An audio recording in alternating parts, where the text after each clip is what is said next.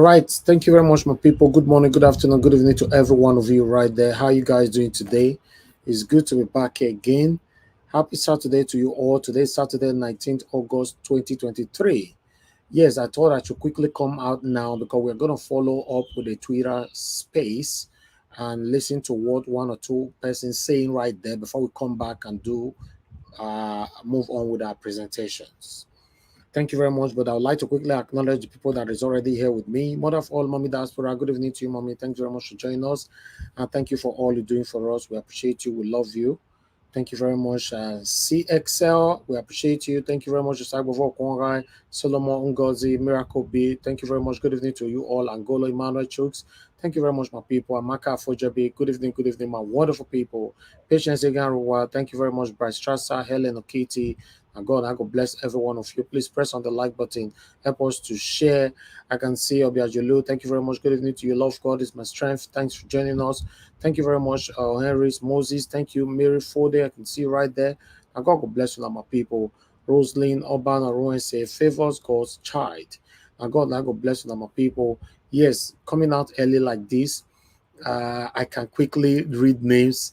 You know, if I don't come back like that, for me to move on with the names in most cases is it's not easy. It gets packed. But I appreciate you all. Every I can see you just coming in favors God. Thank you. God bless you all. You know, Rosalind Abano say once again, God bless you all. Press on the like button, help us to share. I would like us to move on now with what is currently going on Twitter right now. Oliver Ingbe just coming in. God bless you. Aro Edward, thank you very much for just coming in. God bless you all. I'll be coming back again later to present what we have for you guys when we are done with what is currently going on in on Twitter. I just wanted us to have a diversion, a different view of this particular journey we are. Thank you very much. I appreciate you all. Please don't forget to press on the like button and help us to share. May God bless every one of you right there, my people. So let's listen to this. Then we take it from there. God bless you now. And that's the thing. You see, he didn't know that people like us, obedient, we exist. He didn't know that there are some well-meaning Nigerians standing up to speak about this demon in Aso Rock. He didn't know that there are some people resisting this demon. He didn't know some people, majority of the citizens of that country don't want war. And that is what I've been saying.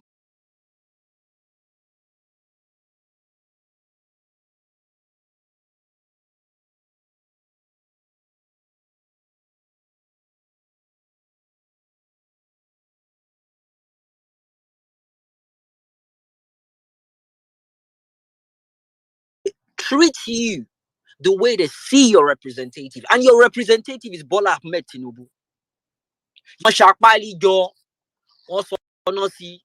They are deceiving themselves. You see, this man spoke like a true black man. He's defending his tribe, he's defending his race rather, as a black man. And they've seen Nigeria as someone that's been compromised, someone colluding with the French, with the Western world to pull Africans back.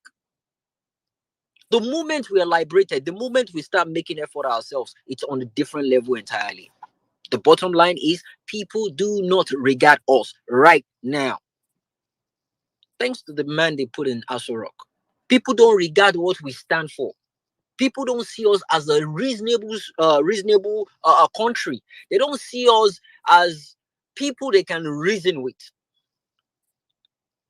I spoke about me trying to have a savings account with my bank, Bank of America.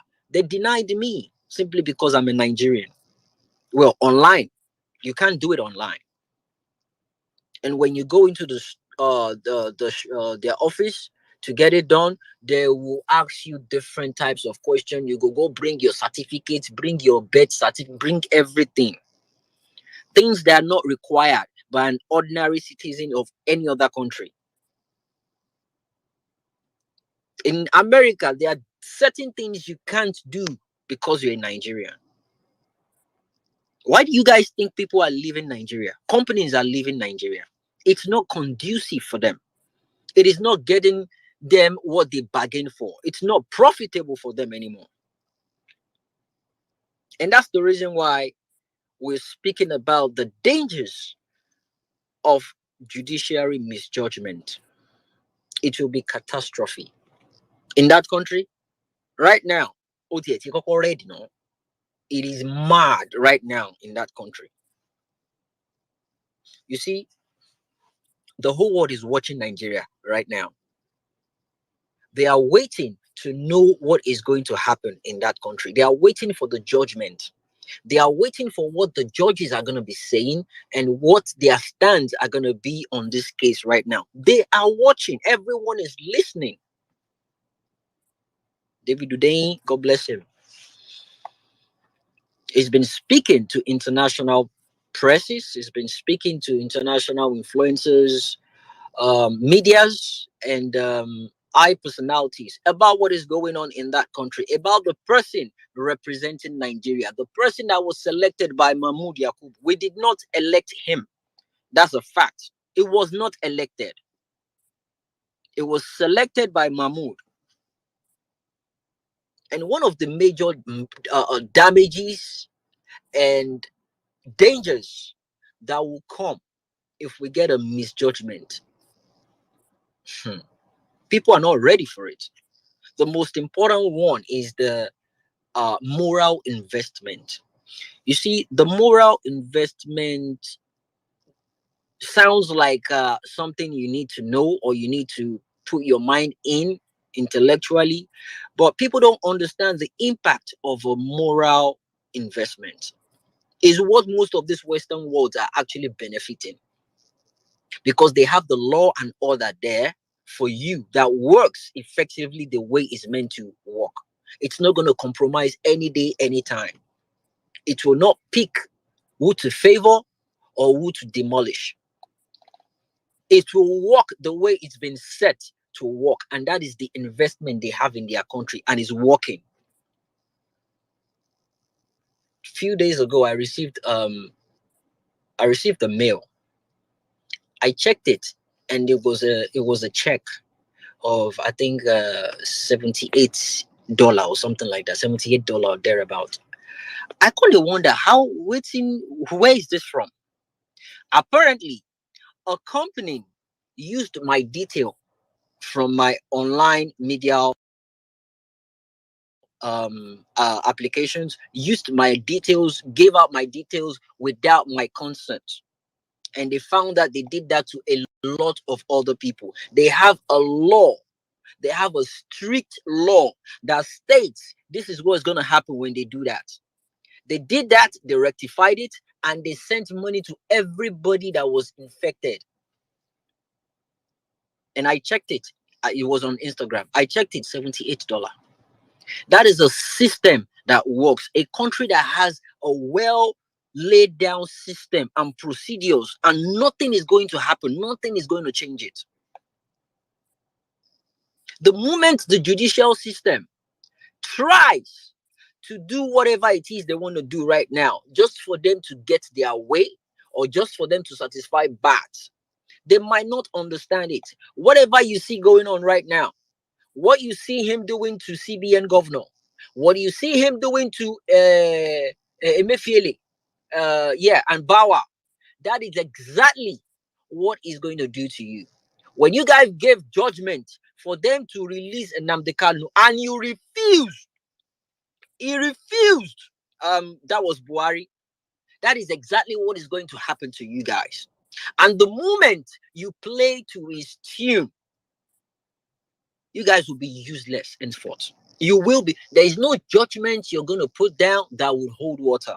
The moment that person goes to Tinubu, it's gone. It just needs to go and strike a deal with Tinubu and it's gone. Which I believe is exactly maybe what this Enugu guy went to do with Tinubu. That is what will keep happening. Whenever you decide to fall down now and roll because he has given you money or he has threatened you, any die like die.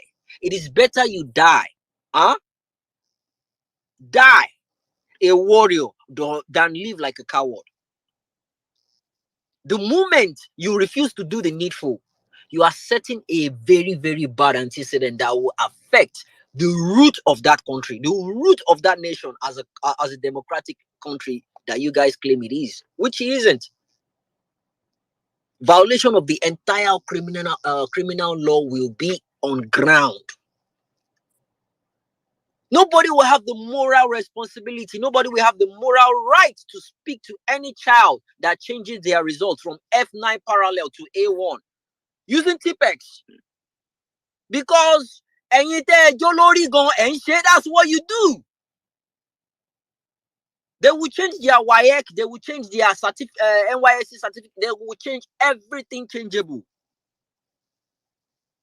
They are now letting us know that you don't have to go to school to become anything you want to become. You can forge your way to the top. That is basically what your judgment is going to be saying to the whole world, not just Nigeria. The moral investment is really, really important. It is your perspective towards a particular company. Okay, I see a company, and this company is in America. They stand for something. They stand for equity. They stand for justice. They stand for truth. Whatever they say they will do, they will do it. I can invest my money there because they've advertised their business to me. If I'm meant to be getting 20 pounds every single day, it's not going to change. And they have people that's been receiving that 20 pounds every single day for the past 20 years, and it never changed. When you put your money there, you've invested morally. You've aligned with their core root, what they stand for. But that's not going to happen in Nigeria, because when companies come to Nigeria to operate as a company, they will tell you this is 20,000 naira. You sign the contract. Tomorrow, they can tell you it's been it's been decreased to 15,000 naira, and there is nothing you can do about it. Because the court you think you take them to, the court, he can easily buy them. And that is what we're trying to break in that country. It's been going on for a very long time. And to all the judges, let me say this. The truth is always the truth. You know it is hard. Saying it is the toughest part. You know this thing is the truth. You know, no doubt. Everybody knows this is the truth. But you saying out is the major problem. And you know one thing about corruption is, in any country that operates in the level of corruption we have in Nigeria right now, it's just a matter of time. It will crumble, it will crash, and there's nothing anybody can do about it to bring it up. We have case studies of Sudan, Liberia, Somalia, countries that they've been rigged with corruption from the core root, pure corruption. We are getting there, Nigerians. And this is what we are standing up against. We are standing, this is the fight for our constitution. We are fighting for the root of that country. It is either now or never. We've invested our might, we've invested our blood, money, sweat into this movement. And what are we asking for? We want our country back. We want a system that works. We want a system whereby the son or child of a nobody can get up and become somebody. You don't need to know anybody to get the job done.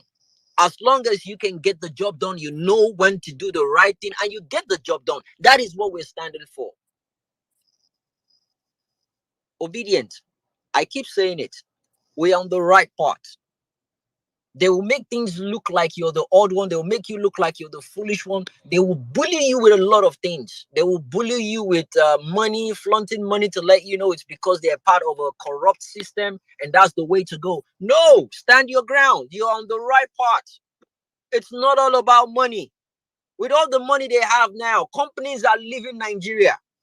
Companies cannot do business in Nigeria simply because they cannot operate They cannot sue the government and get justice. Anyone can wake up anytime and just change the money rate. They can do anything at any time. Anything goes in that country right now. It's a banana republic right now.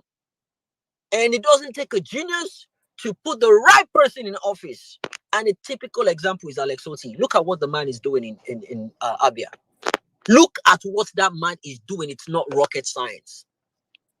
And this is someone looking up to P2V.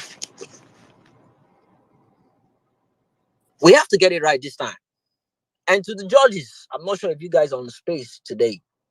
Wherever we have power, greed, and money, there is no doubt corruption is always there. There is no doubt corruption is always there. And again, doing the right thing isn't always easy. In fact, sometimes it is really hard.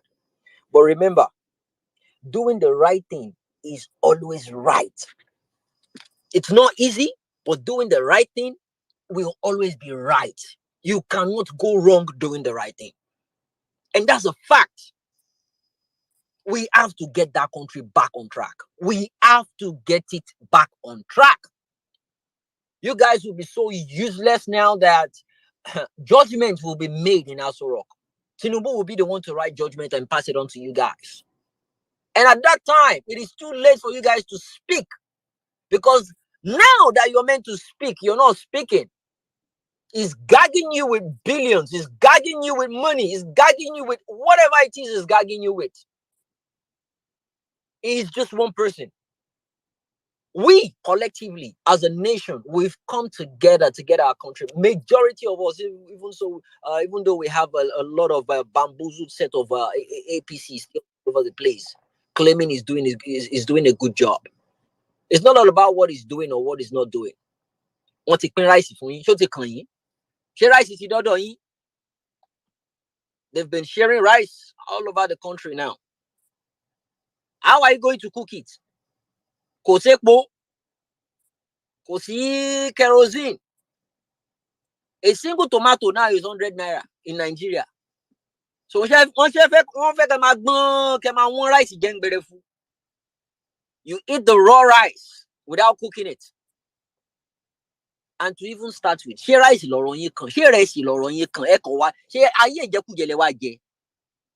that your problem? Is one Congo of rice your problem? You eat it within a day or two, and they are sharing billions. They are sending their kids abroad. Was it yesterday or a couple of days ago? Went to America. Her daughter don't resume school. Took picture with her. Posted it. And you have people that from school fees of 4,000 naira has grown astronomically to 140,000 naira. Do you know how many people will be at home? Do you know how many people will stay at home because of that? It's not all about coming on spaces every day, every now and then. That's booze. There are some times that we need to let people understand the consequences of what they're about to do. It is high time we get our country back. Because if we don't, the antecedents, Oyetola can go back and sue. They will sue Adeleke. They will now use this Tinubu case as a reference. Kemi Adeosun can go back and use this case as a reference. I don't care whatever is going on right now. It is a time for these judges to make the right decision. And making the right decision is not you favoring anybody. Don't favor the obedient movement. Don't favor P2B. Favor the constitution of that country. Because we have the constitution of that country as our backing. That is what we stand for. That is the weapon. That is what is gingering us. That is what is giving us the backbone of our movement. We are banking on the constitution. We've read it in and out. We have experts that have gone through it. Otherwise, no matter where you go, no matter how many passports you have, you still be a Nigerian. And the kind of eyes people will use in looking at you, oh my goodness. Obedient, we have a lot of work to do. I'm glad about the upcoming rallies all over the place. It's a good development. I welcome it. It's absolutely fantastic. I've been seeing some posters and flyers about it. We'll follow it the way it's going. We'll follow it. Give us a date. Give us a date. Write things about it. Make a tweet about it. Give us a date. Let us have a date. Give us a date. You're prolonging this matter. Give us a date. We need to know when the judgment should be. You're delaying this thing for too long. We need to know where the country is headed right now. Are you seeing the amount of people on the ministerial list? Are you seeing their capabilities? Are you seeing the calibers of people on that list? People that have no experience, that have no idea about the ministry they're about to take over. None whatsoever. I said it the last time. It's just doing this to compensate people. Okay, you grab waiting if you grab before time reach. Because sooner or later, I have no single doubt, except they want to burn that country. They have to disqualify Tinubu. It is sacrosanct. In as much as people want them to, they are planning for Iran, they want to secure 25% in Abuja, they don't put Wike there. Okay, well, they can come up with all those, narratives and, back view plan. Trust me, I still have one strong point, because no matter whatever it is they are doing, they need to disqualify this guy. On what ground does he want to be? We are not saying, we are not even contesting that. Jimmy, they need to, I mean, they must.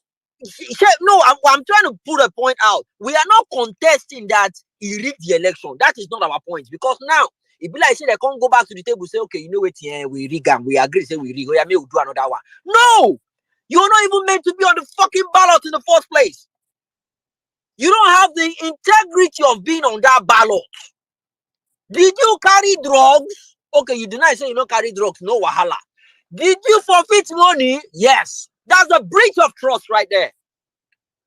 And we need someone we can trust, someone trustworthy to be in that seat. And that's the point. Perjury. Is he a lie? Mba. So what are we talking about? So even if he wants to do a rerun, re-election now, they will now put him on ballot again. On what ground? Then they need to visit the requirement of becoming or being on that list. The form. The form. What primary school did you attend? What secondary school did you attend? What university? Is it the same idiot, the same man that is filing for them not to release the Chicago results? What do you have to hide? I give it up to Matawale, but he released his results. Even though he did not do well, he still released that result. He get F9. He still released them. So what have you got to hide? Was that result so bad? No, the man did not go to school. Simple. No matter how bad your result is, no matter how bad, the fact that you went to school, that is what really matters. We're not talking about how many credits you have. No. Did you go to school? Did you graduate? Yes, you did. Yes, you go to school. You don't consign us anywhere you get F9 or you get B2. You don't consign us. Did you go? This man did not fucking go to school. Because I see no reason why you will now file a case against Atiku, not preventing him from getting Sherry Olodiburuku Babai, and he has to leave. I swear, Jimmy, see, we're living. It's just like we're living in a matrix. We're living in a clown's world. It's a simulation. We're living in a simulation. I swear. God damn. Jimmy, I say you don't go to school. Like somebody, I go court, make I go fight. Say you don't go, and you go to attempts in a lie. And you have ABC people. They will be backing him up. He has the right to do that. What write Ori Buruku or not? Because it will expose him for identity theft. For crying out loud. And interim one. An interim one. You should be proud for that. You went to that school. I said it. When they brought out that picture, I took my time. I scrutinized everything. All the people where they talk said they around them for that picture. I did a background check on every single one of them. I contacted every single. I have a thread to that tweet. I did. I contacted them. Some of them don't die. And some of them, it was their assistants that was actually replying me. They no sabi anybody wey be Tinubu. They no sabi am. They no sabi this man. So on what ground is he going to be on rerun or re-election rather? On what ground? If he didn't dare, he didn't dare. This man is not even meant to be on the ballot. And that is what we are standing on. See, maybe we like it or not, we will get this thing right. We must get it right. This is the time to get it right. There is no 2027, no, my people. There is no 2027. When that thing happened, when they did that madness during the election, a lot of white people were saying, why you guys not on the street? Why you guys not on the street? Why you guys not on the street? They believe in a sane climb. People are actually meant to go out there to protest. But guess what? The kind of life we live in Nigeria, the kind of mindset we have in Nigeria, the kind of system we have in Nigeria, we've so much allowed so many things to happen in a way that they believe, the politicians, they believe they've actually shaping our narrative to one particular spot that, you know what, if they come out, we'll kill them. If they come out, we'll bully them. A lot of people are still recovering from the trauma of the NSAS. But guess what? Some people still want to go out there.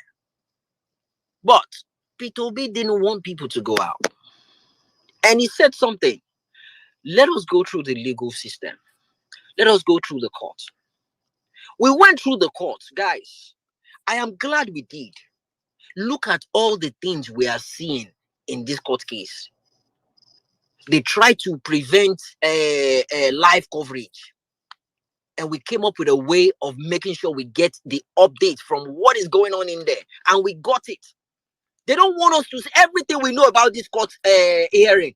They didn't want us to know. They didn't want us to even understand what is going on. And some people didn't even know the case is still in court. Now it is obvious. Everybody knows, say, this man, they come out. Everybody knows, say, you don't lose that court case. But they still want to do bagumago. That will be the time everybody will hit the streets. Me, personally, I no go talk, say, guys, me una follow street. My tweet will be Nigeria. It is over to you now. Nigeria, it is over. We've gone to the court. We don't do what we want to do for court. It's up to you now, Nigerians. Take it or leave it. Boko Haram, I have nothing to say about them. They are business men and women. They are back to shop. They closed shop before. They don't open shop again now. Like I said, they don't say market don't the boom now, because now they are kidnapping people. They are kidnapping people up and down. Right now, they don't change their name to bandits, and they technically ended them at a point in time. But now, a different English that they use. Look, I believe the moment we get the top part, I believe the moment we get it right, every other thing will fall in place. Yeah, that is the fair. And as for the return of terrorism, yesterday till I fell asleep, I kept on mulling around in my head, round and round and round. How are you paying terrorists 30,000? So our minimum wage is 30,000 naira. The people who earn it, right, work so hard, and you're giving these people money. You say you've forgiven them, but they killed people. They are murderers.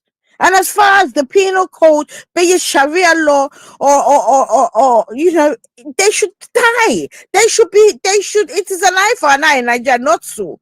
Because even if somebody steals a mobile phone in the marketplace, and I go put tire around the person's head, you know, and send the person to hell. But these people killed, right? They're not. It's not even armed robbery. This is where in the world?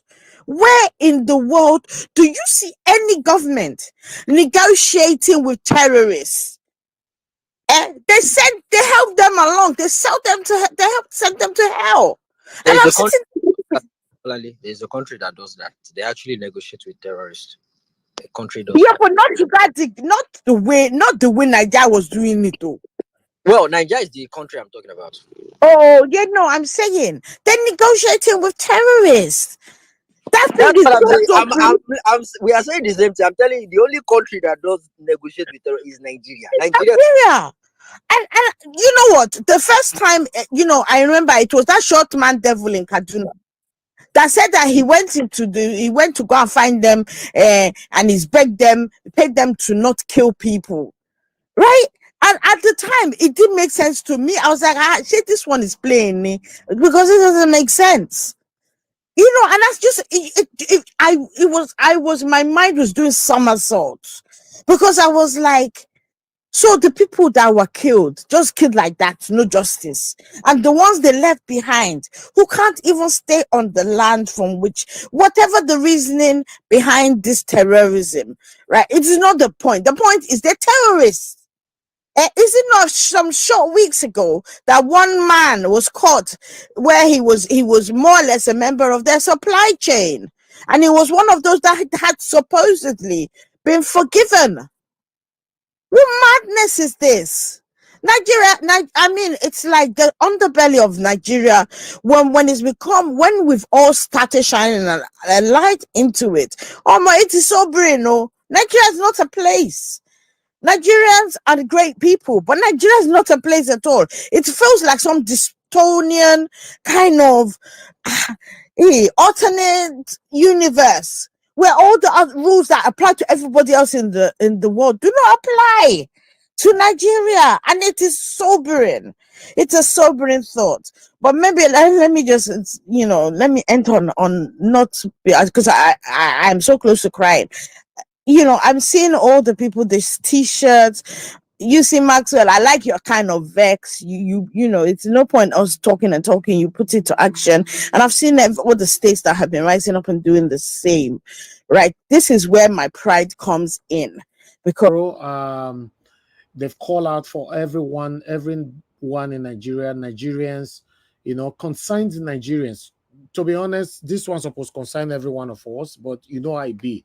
At this particular moment now, some people prefer to go to beer parlor as of today, you know, rather than talking about the things that's affecting you and I. But nevertheless, there will be a protest from tomorrow nationwide. Hopefully, fingers crossed, people will come out. We are looking forward to people coming out. You know, good morning, good afternoon, good evening to every one of you. I appreciate you all. The reason why sometimes I try to carry other people along, I just want you guys to know that, yes, we are not the only one on this course. A lot of people are still out there, you know, talking every day, fighting for a better Nigeria.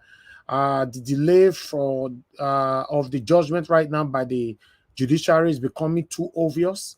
There's a reason why they are delaying it, because you can't tell me everything have been submitted, and you know, to be honest, I'm speechless. I don't really know what to say about this continuous delay.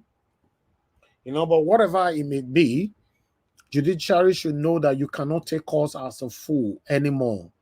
INEC did it. You know, Peter Obi stopped us. Yes, everybody stay calm and let's do this and all that, blah, blah, blah. Yeah, fine.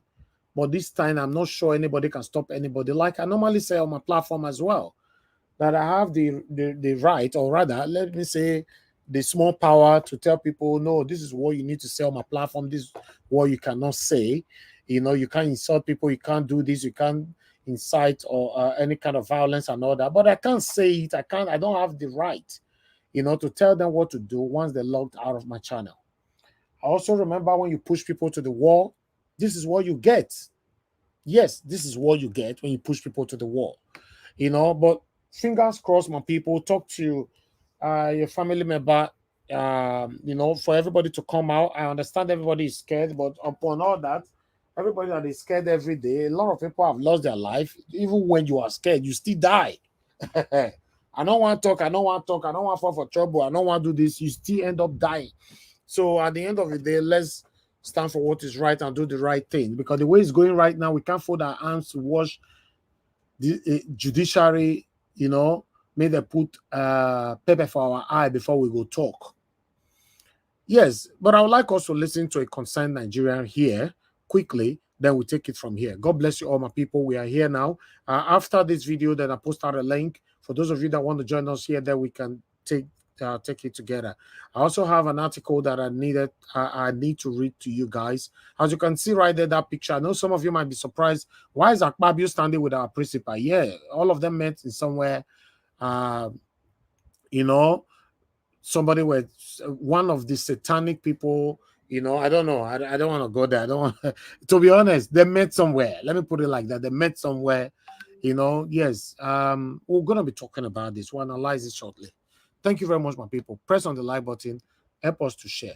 Now, God. That the ministers we have in this current dispensation is more or less like analog century ministers. Outdated, exhausted their relevance. That is quite unfortunate. Listen, I've just finished listing it. I list the names of those who have been indicted.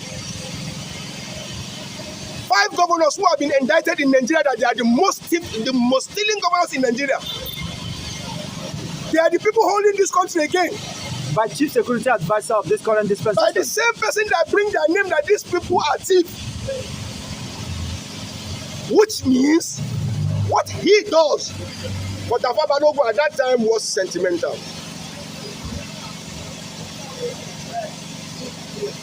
Which means what Nuhu Ribadu did for Tafa Balogun at that time was sentimental. It was so sentimental. If not, I just watch him. I just watch Nuhu Ribadu as if I should squeeze him off, telling Nigerians how good this government is. Telling Nigerians he was looking for ways of convincing us that how good Mr. President is. The same you that said Mr. President is a thief. The same you. It's a shame. Go and ask what do you call it? What do you call this idiot?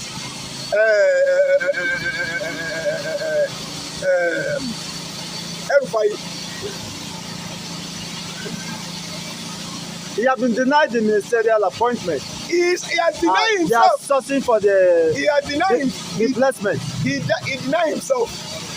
He now go to the streets to start shouting and telling the whole world that he has already frantically tell everybody in the whole world that he's not ready to work for Tinubu.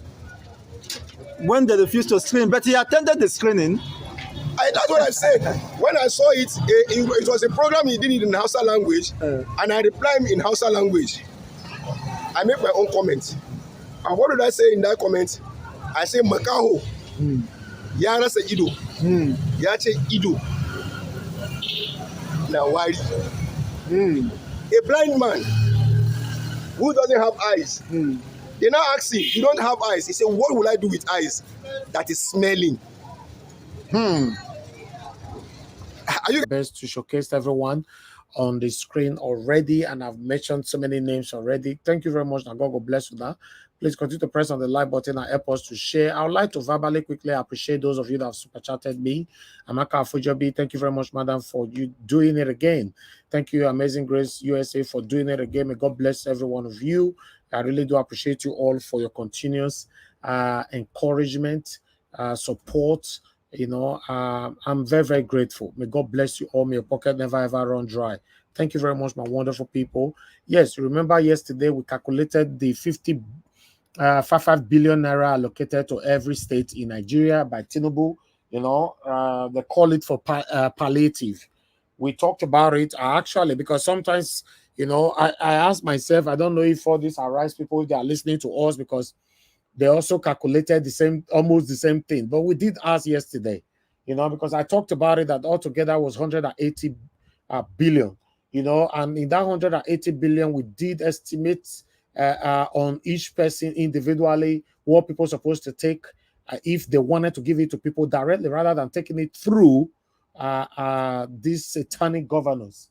You know, our estimation yesterday was about each person would take 5 million naira, you know, home, you know, for palliative. That's the best way to disburse any kind of palliative, to the best of my knowledge. But now they're giving it to governors to give it to the people. Then we have a video here who is saying that these people cannot be trusted with this money. But let's listen to this particular video right here on Arise. After this video, then I post out a link, then we take it from there. May God bless every one of you. Continue to press on the like button and let's do this together. And God bless you now. Organized labor has criticized the federal government for approving a 180 billion naira palliative package to states to cushion the impact of the fuel subsidy removal. The Nigeria Labour Congress and the Trade Union Congress are insisting that the governors cannot be trusted. They say politicians and not the poor will benefit from the 5 billion naira given to each state government for disbursement to the citizens. Arise analyst Dr. Sam Amadi joins us now to have a look at this. Thank you, Dr. Sam Amadi, for coming to Newsnight. 11,505 billion naira the federal government is looking at to give each state of the federation to cope with the fuel subsidy removal impact. Is that not beginning to look like penny wise pound foolish, and more so that the labor is saying they cannot trust these state governors? I think cash transfer remains an important component of mitigating the impact of the rate shock of price increase. But the problem is this. All over the world, the federal government uses transfers and grants to compare performance by state. So you don't just give them loan or give them grant. First, the mechanism for monitor. For example, you could have designed in a way that all the states will have to certify data. You can also create a third layer, civil society will monitor this disbursement. So the history of economic development shows that where federal government has used grant and aid with conditions that compel efficiency, openness, transparency for states, you get better result. So if you just do a windfall transfer, I mean, how will citizens of Jigawa, Imo State, for example, Kaduna State or whatever, be able to compel that 5 billion be used? How would they verify who accesses it? So labor is very correct. It's not about whether the governors are criminals or not. It's simply that the federal government left it too open. They should have used these great incentives, demand some level of even state funding. 5 billion is too small. So they can say, we'll give you 5 billion. If you match with 2, we give you 7. We should learn how to use the government's capacity to use funding to generate behavioral change, to create incentive for productive actions and efficiency. It's immense. Stop giving people money for nothing. Give money, incentivize behavior, incentivize investment, incentivize transparency and accountability. So you can say we'll give 3 billion. If you produce 1.5 billion, we'll give you 5. If you do XYZ, good practice, good governance framework, if you develop these things, and if you work in partnership with civil society or with labor to get list that is verifiable and standardized, we can up it this way. Okay. Now, let me button right there. So in this case, if the federal government now decides to still go ahead and give the 5 billion naira in grant or whatever loan, whatever it is, to states, how do we ensure that the money doesn't end up in the hands of the cronies of these governors? We can't ensure because they didn't put intelligible criteria for access. So if they have designed it in a way to say, this is money available for state, but states step forward with their plan to be verified. Show us how you have data that captures the poor. Open it up for people to vet. So within a few days, you get the states. States will not. The point is, why would the state governor, who is going to get 5 billion, who is thinking about his re-election, like in Imo State or like Bayelsa or like Kogi, for example, of election, not even re-election, election, and in his money, Why do you think he will generously see the idea of saying, "Oh, governors, our leaders are good-minded people; they'll do well for the people"? Is old school. It's dead and buried.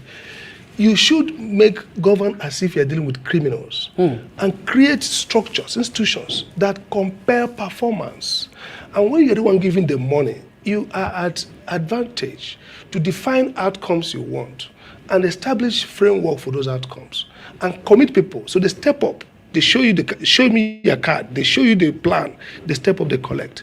Then you have a process for monitoring and evaluation. So these things that we give money, and that's why we're not getting good governance at the subnational level. You have to use money. Money is a powerful tool in economic change. You use it well, you change behavior.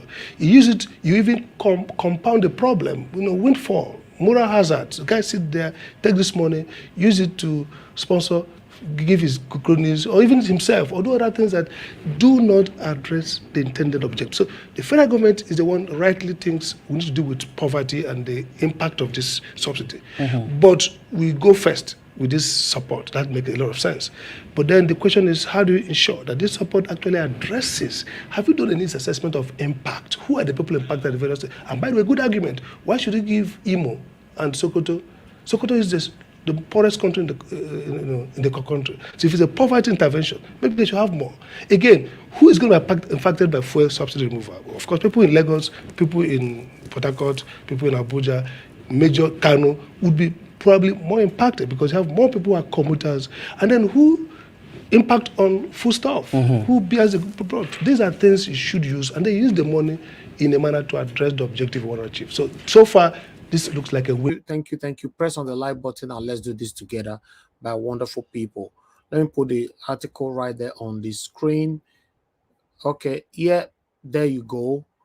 Before we start on this article, I would like to go on a quick break. About 15 minutes or 1 minute. Yes, 15, 20, 15 minutes, 50 seconds. 15 seconds break, then we come back. You are the pillar that holds my life. You are the pillar that holds my life. Master Jesus, you are the pillar that holds my life. Lily of the body, you are the pillar that holds my life. You are the pillar that holds my life. You are the pillar that holds my life. Lion of the night, you are the pillar. You are the pillar. Daddy, you are the pillar that holds my life. Lion of Judea. You are the pillar that holds my life. Anyway. You are the pillar that holds my life. Hey, yeah. Master Jesus, you are the pillar that holds my life. You are the pillar. You are the pillar that holds my life. I said, Jesus, unibu kalabati sinduwe. Nibu kalabati sinduwe. Ojo biebe, nibu kalabao. Nibu kwa kalabano. Nibu kwa kalabati sinduwe. Ojo biobi kwe nibu kwa kalaba. Chika nije nibu kwa kalabao. Nibu kwa kalaba. All right. Thank you very much, my people. I appreciate you all. Thank you. All right. Let me quickly take this because it's not long. Press on the like button. Help us to share. May God bless every one of you that is right there with us, hearing our voice. Even though, say, you know me well for us, yes, we still pray for you. We don't mean is the satanic politician that divided you and I. Normally, we don't supposed to have issue with each others. Okay, as you all can see right there, Chetiman, Obi, Akpabio, Abbas, Storm Kanu for Deputy Senate President's son's wedding. You see our principal right there, all of them were taking picture with him, So let's see what they have to say right here. The ancient city of Kanu was on Friday agog as the Vice President Kashim Shettima, Labour Party presidential flag bearer, Peter Obi, the Senate President Godswill Akpabio, and the Speaker House of Representatives Honorable Tajuddin Abbas stormed the state for the wedding ceremony of Deputy Senate President Senator Baru Jibrin's son, Abdullahi wedding. Okay, although this picture have been going on Twitter with different title and all that, but I'm not going to say anything. I just want to read, then we take it from there. The wedding which took place at Iyaku Rabi's Juma Mosque had the vice president as the representative of the groom, while the Speaker House of Representatives, Tajuddin Abbas, stood in for the groom. All these names are difficult, man. Daughter of the deputy minority leader of the House of Representatives, Rep. Aliu Sani Madaki, the chief imam of Mosque, Sheikh Abdullahi Shaga, whatever. Tied the knot between the Abdullahi and Bikisu after a bride price of 500,000 naira was paid as dowry. The wedding ceremony had dignitaries, which include governor, lawmakers, politicians, and other well-wishers in attendance. Meanwhile, the Senate President Godswill Akpabio had described the presence of Mr. Peter Obi at the wedding ceremony as a sign of united Nigeria. Akpabio, while speaking shortly after the wedding ceremony, noted that the presence of so many high-profile personalities at the wedding Fatia attested to the fact that Senator Baru Jibrin was a peaceful man of the people. Unquote. You can see that even the LP presidential candidate Peter Obi and his people are here. This tells you that Nigeria will remain united, one entity. For me, this whole thing I've been trending on Twitter. I don't know what you guys are going to say. That's a statement from Akpabio saying that for Mr. Peter Obi to be there, it means that Nigerians are united. Who they fool who for here? Who is deceiving who here? What is happening? What is happening? Nigerians are united. Anyway, I will reserve my comment for now. The only thing I would like to quickly say, I'll reserve orders, is that my principal, Mr. Peter Obi, needs to be careful around these people. To be honest, he really needs to be careful, because he's after God is the reason why we are here every day. Yes, Mr. Peter Obi is the reason why everybody are here every blessed day. He cannot trust his life around these people. To be honest, he cannot. Life has no duplicates. Anyway, may God's protection continue to be upon him. For me, I don't trust these people. I don't know about others. I don't trust them.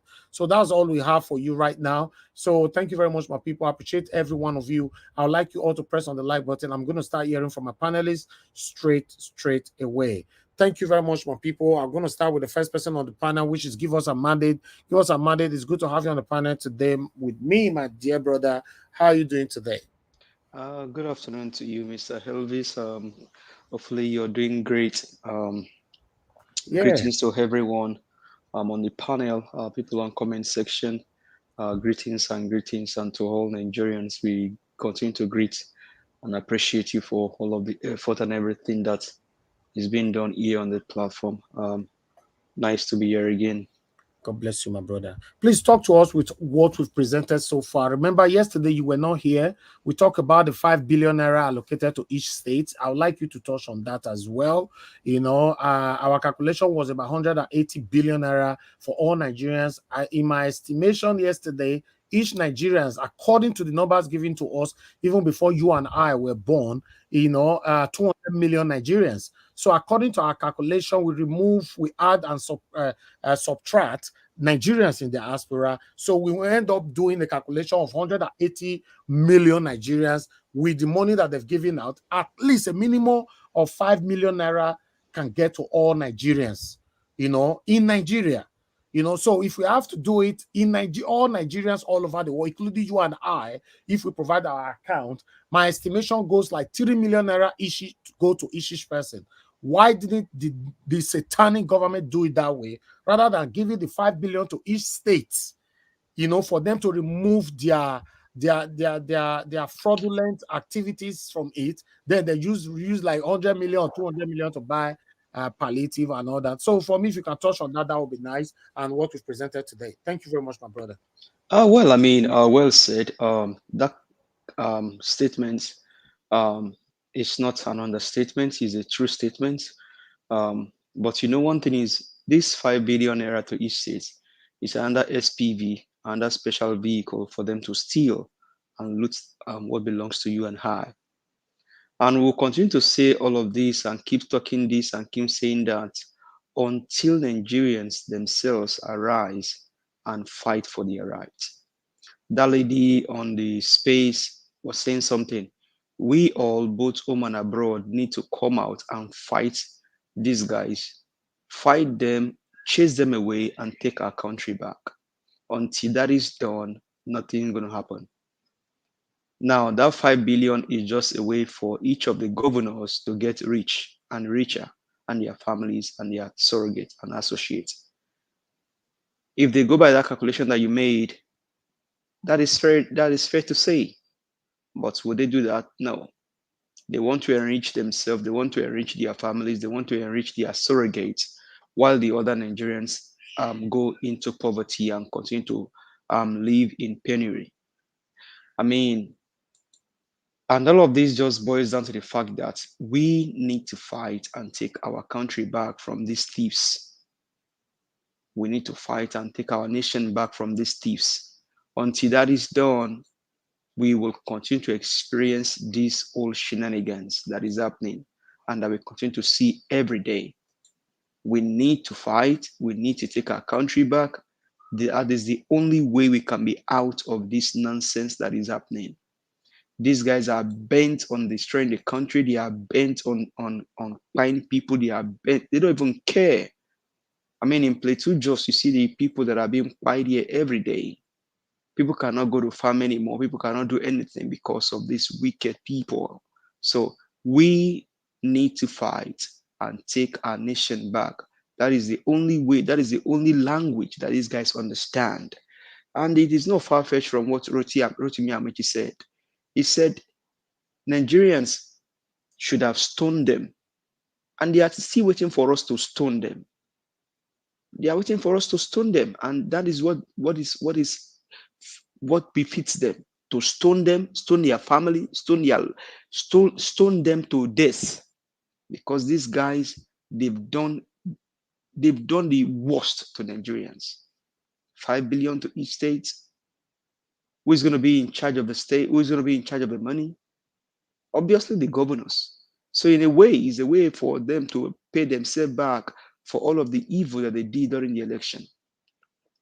One thing I'll just basically say is about this picture that you have here is that Mr. Peter need to be careful, because even if they call you for an occasion, you don't have to show up in all of the events, or you just show up there and then you leave, because there is no permanent enemy in politics and there are no permanent friends. But all the same, the line has to be drawn, because with this picture, you're sending some things to Nigerians. Like, people begin to have mixed feelings and all that. You need to be careful. And we still have a case in court. We have a case in court. And Nigerians are waiting for the outcome of the presidential election tribunal that we are waiting for. And mingling or probably showing up with this drug, with this all of these wicked people. And I'm not saying don't show up there, don't go there. But like you said, I echo the same thing that you said. You need to be careful.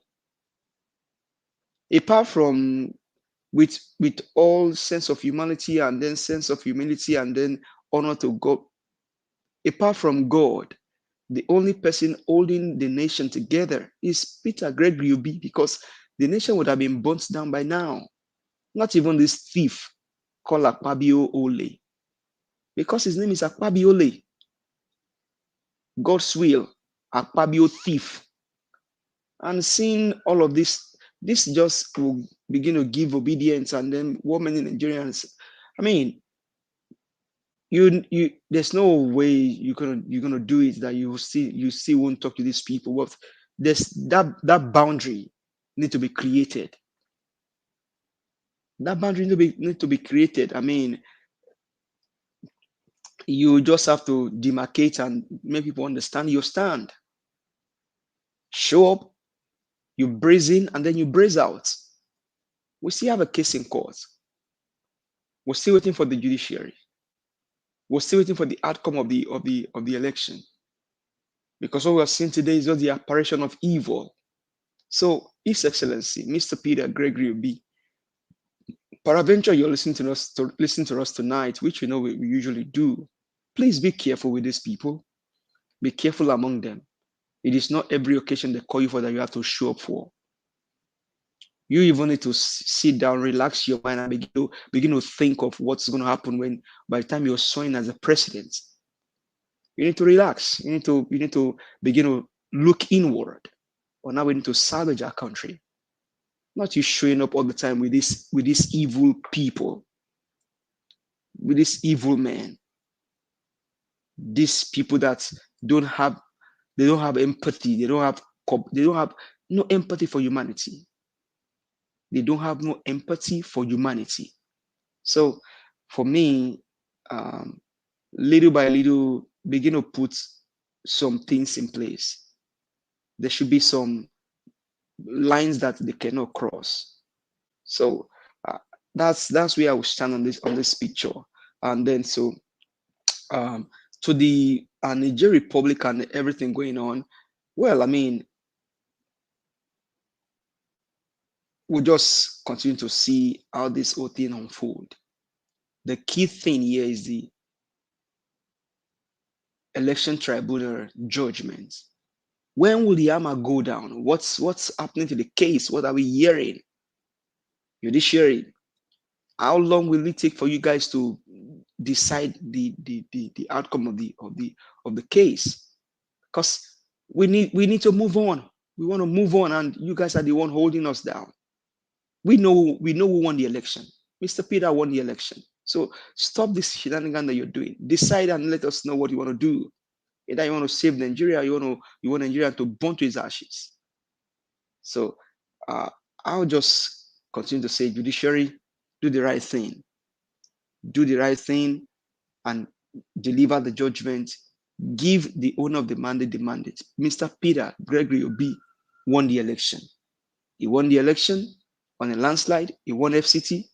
He did everything that needed to be done, and the election was won by him. He won the election. The one that you have there as the president is not a president. He committed coup against Nigerians and should be in jail. Mahmoud Yakub should be in Black Maria. And so, but you know what?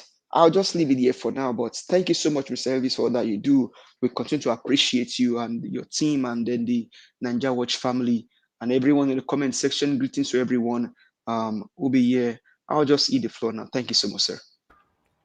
God bless you, my brother. Thank you very much for your submission. Thank you.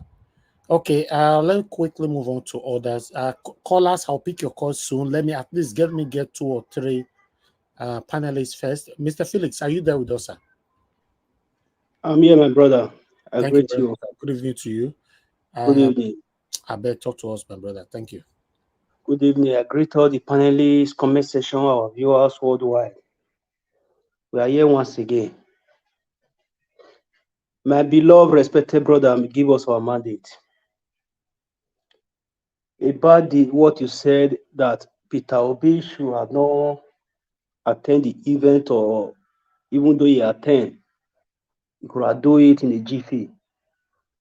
Nobody knows when this picture was being taken first, whether it was at his entrance to the event. There is another, they normally talk in Bili language. Pikin wey dey go fetch water come for stream every day.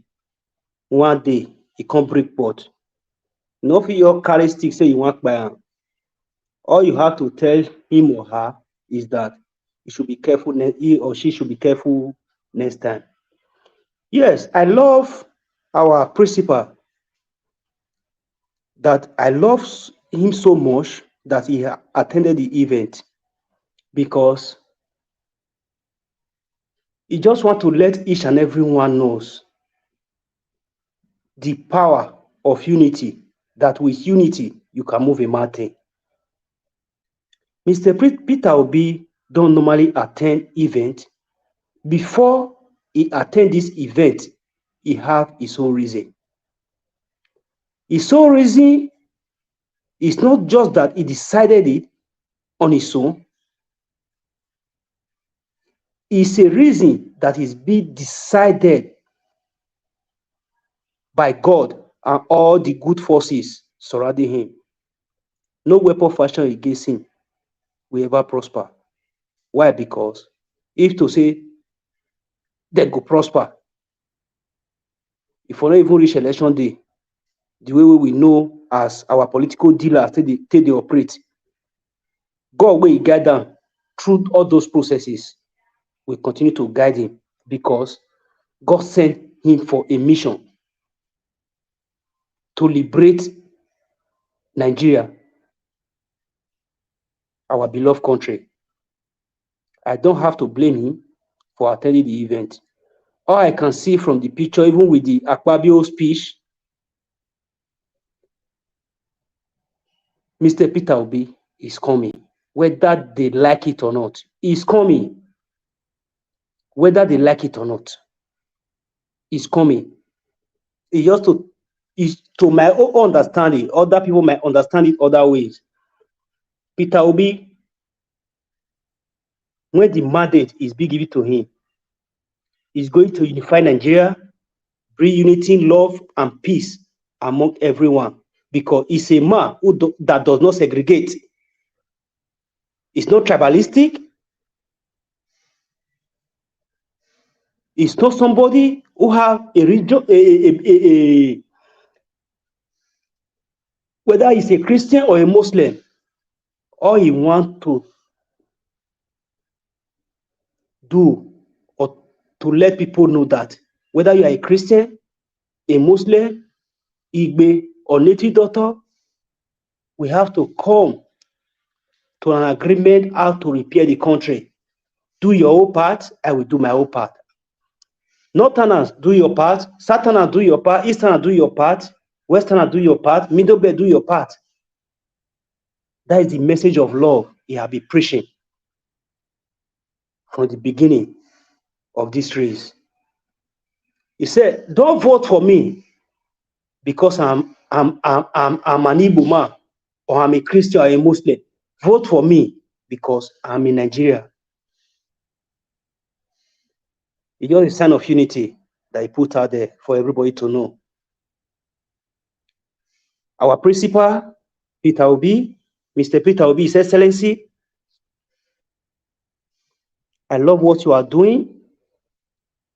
The good Nigeria are solid behind you because our mandate must be retrieved, whether by hook or by crook. As for the ECOWAS and the others, according to what I can say my father or my grandfather, the man you showed the video, said. The other time I said I dare Tinubu to move permanently to Aso Rock. I dare the ECOWAS, as the man said, for them to send their troop to Niger. In less than 2 months, they will know. And they will keep on regretting why they take that decision. This is not time to sleep. Everybody don't wake up. Who don't sleep, don't dream tire. We don't wake up. We don't have many time to call a talk for social media. They say action speak louder than voice. I believe in action. Distributing money, 5 billion naira to each state. The money you people allocated for the COVID-19 palliatives, do they do it? Do they distribute the food meant for all Nigerians? No is the answer. Then you are distributing it again. To me, it's not a surprise because he said, I will continue from where Buhari stopped. They know their sharing formula. I think they share the money, disburse the money. This money that they are distributing, if they put it in health center, it will go far. I have many things to say, but I just have to reserve most of my contribution. Why? Because I will not be the one to give them the loopholes of how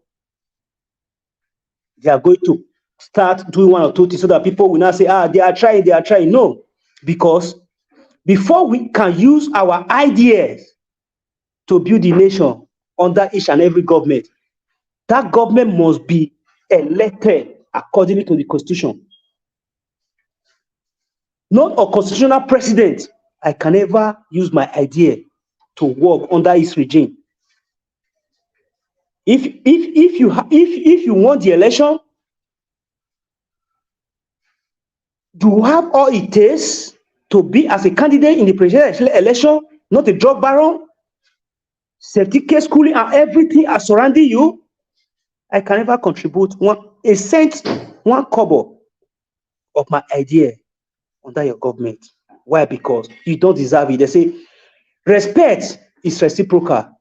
We respect those that respect us, not those that said nothing happened in Lekki Toll Gate,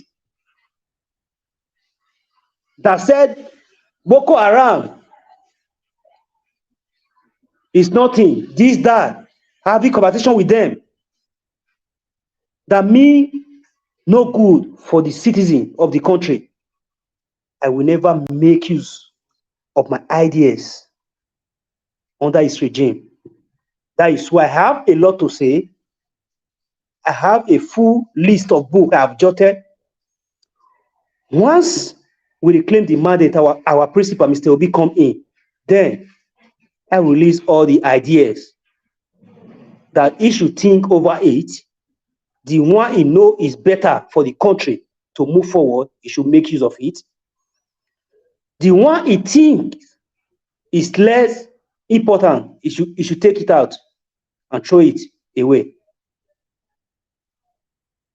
Me personally, I'm just waiting for the judgment day of the judicial decision. Then, both the judicial, the political cabals, they will know who owns the land. No Nigeria is more Nigeria than any Nigerian. They will know. Because they say there are some people that own the land, while there are some that worship the land. They will know if the citizens, the good citizens of Nigeria are the owners of the land that mean good for their country, or the political dealers who mean nothing good than harm for the country. They will know who owns the land. I reserve my comment. Thank you, my people. I yield for now. All right. Thank you, my brother, Oga Felix. Yes, if I have to add to what you just said, as for Peter Obi, Peter Obi is like, let me just say, Peter Obi is our father right now. You know, obviously, you know what he's doing. You know, but as a son or a daughter or anyone listening to us right now, his protection, his safety is our primary priority at this moment. Yes. Obviously, he knows what he's doing. For me, I don't trust these people. Maybe he trusts them. Or maybe some of them, the way they look me now, you trust them. And some of them will still look me now, would not just trust them. So it's an opinion. Me, I don't trust them. I don't trust these people. Anybody that is too desperate, don't trust them. Leave Peter Obi out of this. I want to put this straight to everybody that's listening to my voice right now. If you have anybody that is too desperate in your life, be careful. Just be careful. People that robbed us in the broad daylight,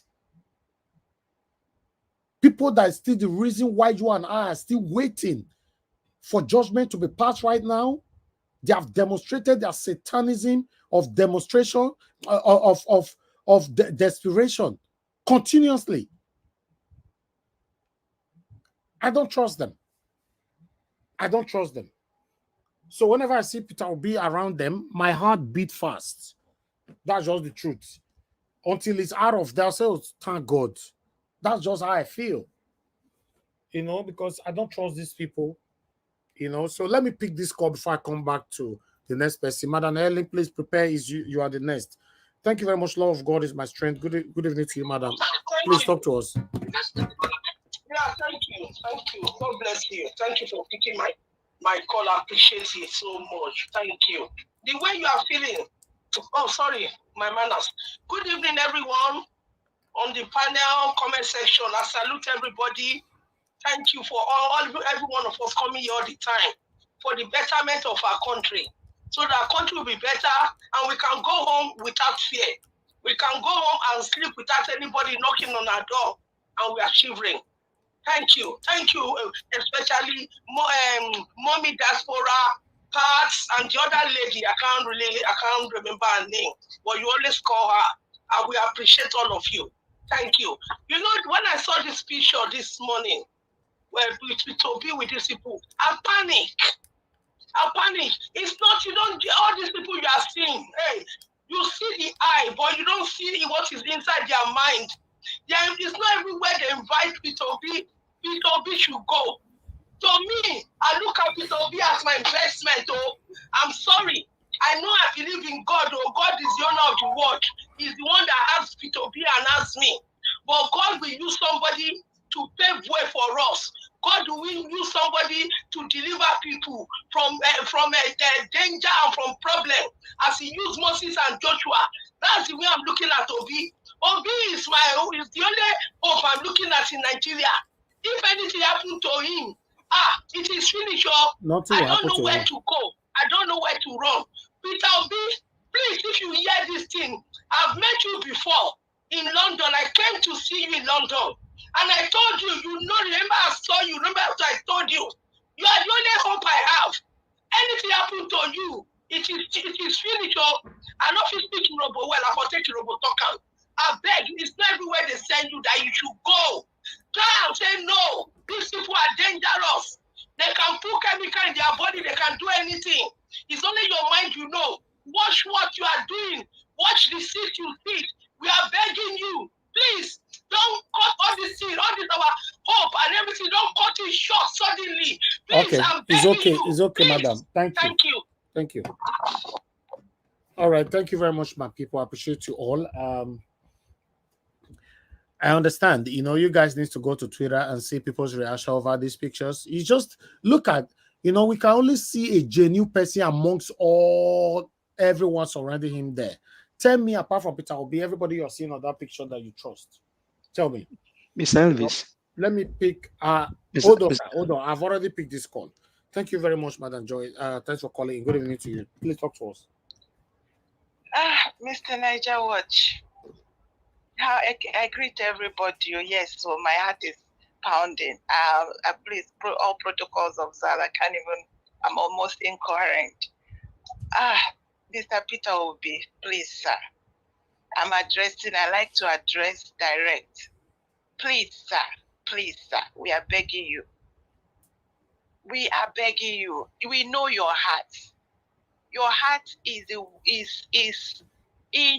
let me tell you, sir. You see that woman in the Bible Jesus said had 5 husbands. And that woman was coming out in an odd day. She was hiding. That woman was ashamed of what the other men did to her. She was abused. Everything inhumane was done to her. And that woman came and met Jesus. And when she came, that woman looked at a man that spoke to her, a man that addressed her, and she left her bucket and ran to the village and came out and said, come and see a man. This is why Nigerians, personally, I block anybody that is in politics.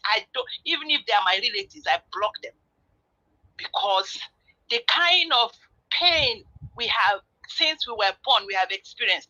We are all human beings. We feel, we know what's going on. Even children in the womb is feeling the wickedness that is being meted and released upon Nigeria. As a nation, I'm not calling Nigeria as a nation, I'm looking at the people whose inheritance have been stolen, the people who have been called names that is not their name, the people who have been, all parts of the world have scattered across the world because of wicked people that you're staying between them. These people, they know themselves. They know how wicked they are. They know they are wicked men. They know they are cannibals. They know they are They are everything wicked. Anything you attribute to Satan is what they are. They came to pie. They do it both. These are the people with all manner of impunity. Please, sir. Please, sir. Separate yourself among them. One of the problems we good people have, we have a heart. We think that our heart is like the heart of these wicked people. No, their heart, they are gone, they are black. They don't have a heart. They can do anything. So, sir, we are begging you, please, until further notice, separate yourself from them. These people have done too much for us to trust them. Thank you, sir. God bless you. God bless you, Madam Mr. Joy. Niger, thank you, sir. God bless you. Thank you, so everybody. Thank you, ma. Thank you. All right. Yes, if you love somebody, you will speak like this. That's all. If you love somebody, you speak like this, because we know that life is just one. Life has no duplicate. Especially this important life. Peter Obi's life is not just life, it's just so important to everyone. A lot of people are depending on him right now. For me, these people, they are desperate for power. They are desperate to cover their previous mess, previous and continuous corruption. They are desperate for so many things. So you know what that means? Taking power from them means that what they are trying to cover will be exposed. And you that is about to take the power from them, you are in their midst. May God continue to protect our principal, Mr. Peter Gregory Obi, in the mighty name of the Lord Jesus Christ. Amen. Thank you very much, my people. Before I call on Madam Helen, my brother wanted to say something earlier on. Give us a mandate. Go ahead, sir. Yeah, thank you very much, Mr. Elvis. I think love of God is my strength. Just strike the chord. And Mr. Philip, Mr. Felix, I mean, with all due respect to you and with what you and your family have gone through with APA and all that, these satanic guys, they don't care. They don't care about these guys. 8 years people were pied in the election. In 19 years old boy pied himself because these guys, they don't care. These guys, life to them, they don't care. And that's why Mr. Peter Gregory, you need to be careful. Love of God is my strength. If you're listening, you just strike the chord. This guy, I mean, Funshaw Williams is a Bolaige. Bolaige is a case. Funshaw Williams is a case. Abiola was a case. These guys, Mr. Peter Gregory, please, at this time, you need to be careful. We'll say it and say it all over again. Tunumbu does not care about anything. Wasn't Madam Omar that said on this? Tunumbu can buy his own seed to become whatever I want to become. He doesn't care. So that's where I will leave it. Thank you very much, sir. Yes, I agree with you. These people, like I said, I'll continue to use just that word. Any desperate people don't care how they achieve what they want to achieve. Mr. Peter Obi is not desperate to become a president of Nigeria. We are the one desperate for him to become a president to rescue us. Let's continue to get that one sink in our head. He's not the one desperate. Me, you, and us, we are the one desperate for him to become a president. So for any reason, God forbid, it didn't work, Peter Obi is not coming out again.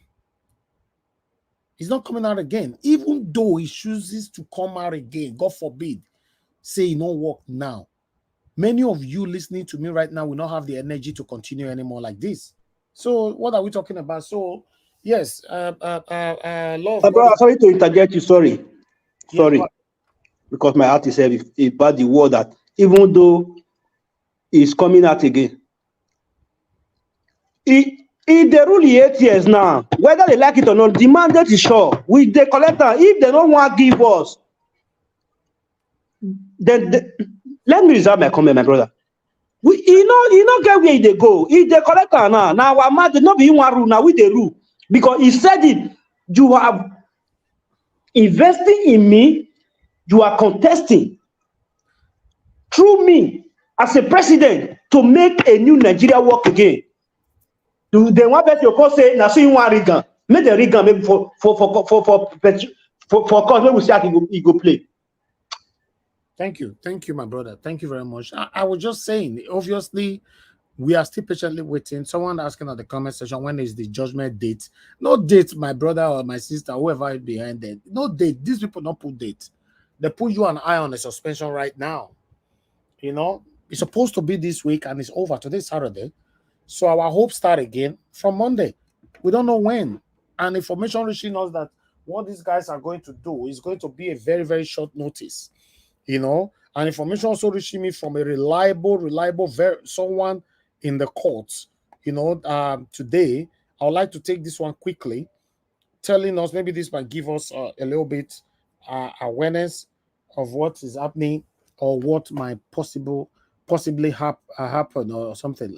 Okay, it said information reaching me through credible sources says this 25% FCT, which has been a subject of argument in their inner caucus chamber, is still a bone of contention among the judges, even till late last night, 12 a.m. to 2 a.m. this morning.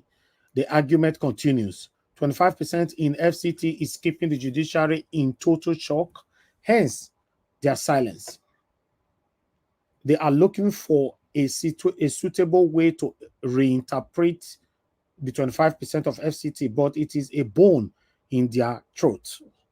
As we approach a day closer to Presidential Election Petition Tribunal PEPT judgment, these are the main issues. Bola Tinubu got 7 strike for disqualification under the Federal Republic of Nigeria Constitution 1999 as amended and Electoral Act 2022. 1, $460,000 dollars for narcotics, traffic and money laundering. 2, undisclosed dual citizenship. 3, forged Chicago State University certificate. 4, forged NYSC certificate. 5, forged NYSC exemption letter. 6, VP invalid nomination. 7, Chetima double nomination. Justice stopped negotiating with APC and Wike for soft landing. We all know one strike ends Tinubu automatic disqualification. Apart from disqualification with lawful vote, Tinubu came distant third. Justice do not aid and abet criminality and forgery. Justices do not turn Nigeria into a republic of criminality and forgery. Justices disqualify Tinubu because he has earned himself disqualification, and the Federal Republic of Nigeria Constitution and Electoral Act 2022 say so. Justices do not violate the Constitution and the Electoral Act 2022, the more just like the INEC chairman did, Yakubu Mahmood. Justices do not undermine the Federal Republic of Nigeria Constitution 1999 as amended and the Electoral Act 2022. 25% in FCT and the bone in Tinubu's throat. After the 2003 elections, Muhammadu Buhari called for the cancellation of the elections since Obasanjo failed to win in FCT, but it was resolved that winning the FCT is not mandatory, but having 25% in FCT is very mandatory. President Obasanjo back then satisfied the basic requirement of 25% in 24 states and 25% in FCT, also having the highest number of total valid votes cast. It was also stated that if there was no election in Abuja or election in Abuja, election in Abuja was cancelled, the election will automatically go into rerun, regardless of satisfying other requirements which validated the importance and exceptional factor of FCT in our constitution.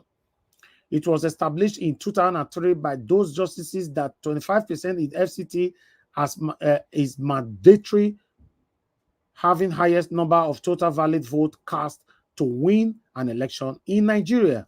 Very, very compulsory.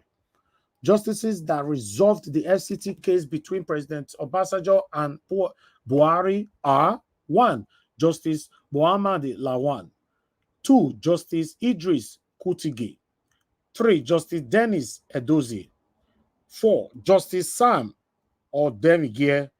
5, Justice Ola Sius Oyoga. 6, Justice Umaru Kago. 7, Justice Ignatius Shukude. Why do you need to argue over something that is clearly stated in the Constitution that 25% in FCT is compulsory and essential, sacrosanct? Because it's only Peter Obi that got the 25%. Then I continue. Do you want to sustain our democracy or burn down our nation over just a few greedy power drunk charlatans? All eyes on judiciary, my people. We cannot continue like this. That is the situation right now. So, till 2 a.m. this morning, they were still holding pen and paper, seeing how they can reinterpret, because the only thing that is holding their neck now, where they their throat right now, as you and I they talk right now, that be that 25%, nothing else. You know, they know say without they cannot reinterpret that 25% in FCT, then they don't have no choice than to declare Peter Obi the winner. But that's what they are still doing right now. They don't sleep. Meanwhile, I would like to hear from other people right here. My people. My brother, can I come in, please? I know I don't to interject me, sorry. Go ahead. Make I shock the whole world. Allegedly, the judgment they supposed to deliver on this week. They begin fights among themselves, how the information they leak out, saying that this week they want to deliver the judgment. Why? Because allegedly, some don't they compromise. Some say no, we have to do the right thing. Now the fight is start. Allegedly. Now make them. They postpone. Thank you. Thank you. My people, like we're talking right now, obviously, yes, there's a lot of situation going on amongst these people. Obviously, we have 1 or 2% that will have a conscience amongst them. Yes. But the what is it called? The suffocation at this particular moment is just too much for them. But you don't really need to take any oppression or any heat right now. Just do the right thing. This one pass suffocation. You don't talk well, Mr. Elvis. If person go buy stash for Orion or Junction, then give him black soup, come put some bonga fish and bone inside. If that person do mistake, go swallow bonga fish, you go quickly drop the stash with a day hand, which is the mandate, and begin to swallow for his own truth. Exactly. So, May Tunumbu, you don't go buy starch for Orion or Junction. Buy starch, get black soup. They come put bonga fish inside. You don't swallow the bone. Quickly drop the mandate. Put yourself in Black Maria. Make them carry you go either Kirikiri or Kuje prison. Then my principal, Mr. Peter. No, we need that for Oko prison, my brother. Oko prison. Go become president. So that we go, they pop champagne, they pop wine. All those gold, when they steal, they carry around the world. It will become all of us property. The Lekki toll gate, the seaport, the one where you give them for Lagos, all of us will begin to enjoy them. So your family, all of them go inside the Kuje prison or Kirikiri prison. Tunumbu, tete sheiti wa sheko dide, chekia or John Law, Judiciary, Esheunteose, Ariwola, Bubojunwo. Don't become Ariwoepe. Continue to remain Ariwola. Thank you very much, sir. Thank you very much, my brother, for that. I want to appreciate Bella Naomi. Thank you very much, madam, for the super chat. May your pocket never run dry. Guys, support us. Press on the dollar sign. Support what we are doing, and also please press on the like button. We currently have 347 right there. Help us to share as well. Join our membership program. Subscribe to us. Hit the notification bell to be notified whenever we are right here. I'm also going to be, once I assign somebody that's going to speak to us, I'm also going to be posting our Nigeria account number. In case you want to support us, just click on it and support us. Somebody actually sent me 10,000 naira day before yesterday. I just remember right now, somebody, you sent me, yesterday, that day before yesterday or yesterday. Let me quickly acknowledge this person right now. 1 minute, people. I really need to do this. Okay, 10,000 naira from Ajayi Ogedegbe. I don't know if you are right here with us, Ajayi Ogedegbe. May God bless you. Ogedegbe, no Ogedegbe. Okay, Ogedegbe. Okay. Yes, Ajayi Ogedegbe. May God bless you. May pocket never run dry. Receive 10,000 naira from you on the 17th of August, which was okay, day before yesterday. Thank you very much. All right, my people. I appreciate every one of you. Please press on the like button and help us to share. Let me call on Madam Helen. Madam Helen, thanks for your patience with us. Please, I'd like you to talk to us. Good evening to you. Good evening, Mr. Elvis. Thank you Good very much, madam. Thank evening, you. everyone. True sons of Nigeria, true daughters of Nigeria, whether in the comment section, wherever you are, say good evening, good morning, good afternoon. Mommy Diaspora, God bless you. Thank you so very much, Mr. Elvis. Thank you. I give you every support for saying, Mr. Our president should be careful. You know, because when you're, like you said, when you're around desperate people, they do desperate things. I don't know, does it not remember what happened to Abiola? But did he just cough and, you know, pass on if nothing had happened? Somebody spearheaded that action. So you shouldn't hang around these people. He is too important right now and always to we Nigerians, to the true daughters and to the true sons of this country. Please, when he's invited for all these functions, he should remember his people. He didn't come out for these desperate, demonic, you know, men and women. He came out for true Nigerians. That should always be at the back of his mind, please. You know, so I strongly support, you know, your style. Nobody should say that he knows what he's doing. You cannot know it all with these people. You can't. You don't know what they will rub on their hands and touch your hand or touch your shirt or touch your neck or what they've collected from their masters. You understand? You know, and then they'll come and rub it on you and you go home and then maybe before you know what is happening, you start coughing and that's it. Please, it should minimize and reduce the number of times he goes out with these people. When I saw it, I was shaking. I just said, why is he even standing to, why are they even asking him questions? He should move out from these people before somebody from behind will do something that, you understand, that will cause us Nigerians, so much pain. We're already in so much pain. Please, if anybody is going, if he's even listening, he should listen to the voices of Nigerians, that it doesn't need this crowd. It doesn't need to be around them. You know, it doesn't need to. You know, for these criminals, you see what they they were fast to, align him with Nigeria, to unite Nigeria, to see a picture of united Nigeria is him with these criminals. It's not possible now. It's not possible. He doesn't think like them. He doesn't behave like them. So having a united new Nigeria is not him with them at all. So he should separate himself from them. Separate himself now and separate himself forever. But whether in spirit, in the physical, he has nothing. Darkness and light don't coexist. They don't coexist at all. Whether he had them as friends before now, and now he is light and they are darkness. These people are too mean. Like the 5 billion, this thing that they are talking about, and hundreds of thousands of bags of rice. I was watching somebody analyze what happened in Kwara.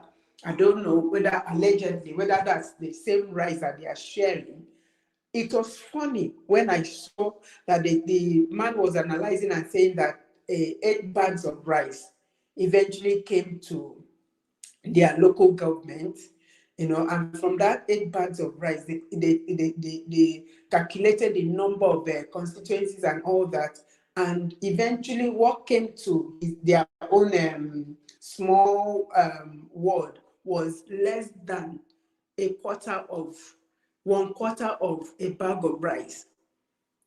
Is it not crazy? And the women, the men, they were like, okay, so who do we give and who do we not give? who is going to eat and who is not going to eat. These guys are just making so much mockery, of the people of Nigeria. Like you said, Mr. Elvis, they don't care. It doesn't, their conscience are too seared for them to care. Their conscience are, their minds are too black for them to think anything outside that box where they have put themselves. So he should stay away from them.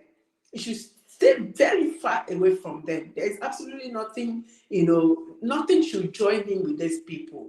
And, this same satanic people are the people that have kept us in this place. And he is like a light that wants to bring us out of it. So there's absolutely no need for him to be joining, issues with them. They invite him, he should send somebody, he should send a representative. It doesn't need to be there. And then another thing that could also do to his supporters, he could raise questions, because these thieves are fast to, make it seem like, oh, he's already leaving you people and aligning himself with us. So can't you see? They are fast to do that, and all those body language and all those commentaries and all that is for that purpose. So he should remove himself from them. He doesn't need them. If he meets them at the airport and all that, you should just be high and then he should continue before these people will deprive us of, a Messiah, as far as me I'm concerned, as who he is, for me. And then for what Ned Media said concerning their crazy intention to invade Niger, a constitutional, a bloodless, coup, like he said, is not a coup, is a revolution. If you said they asked you to take down your sanctions so that we can sit down and talk, why don't you just accept that you made mistakes? After all, Nigerians are seeing the kind of mistakes that, the so-called legitimate leader is doing. Today they say subsidy, tomorrow they say no subsidy. Let's say they are just doing, doing caricature of this nation. Why? Because this is somebody who had nothing. And even when he would have maybe gained knowledge when they were inviting him to come for one, discussion or the other, he simply ignored Nigeria, just like his predecessor, making it seem like I know what to do. And see what is happening today. Today you bring this one, it doesn't work. Tomorrow I don't even know who are the advisors. When you gather you're a nonated, and then you gather so many of them around you, this is what you get. Please, this judiciary should do something and give us our mandate back so that we can close our eyes and sleep and rest. Because this is too much. The pressure is too much. It's really too much. The pressure is too much. You're being pressured by being embarrassed by people who call themselves your leaders. You're being pressured by other things that they've done. It's just so you wake up in the morning, you don't know where to start. What is all this? Judiciary, why are you delaying? Why are you wasting time? Are you going to spring it on us like Mahmoud did by 4 a.m.?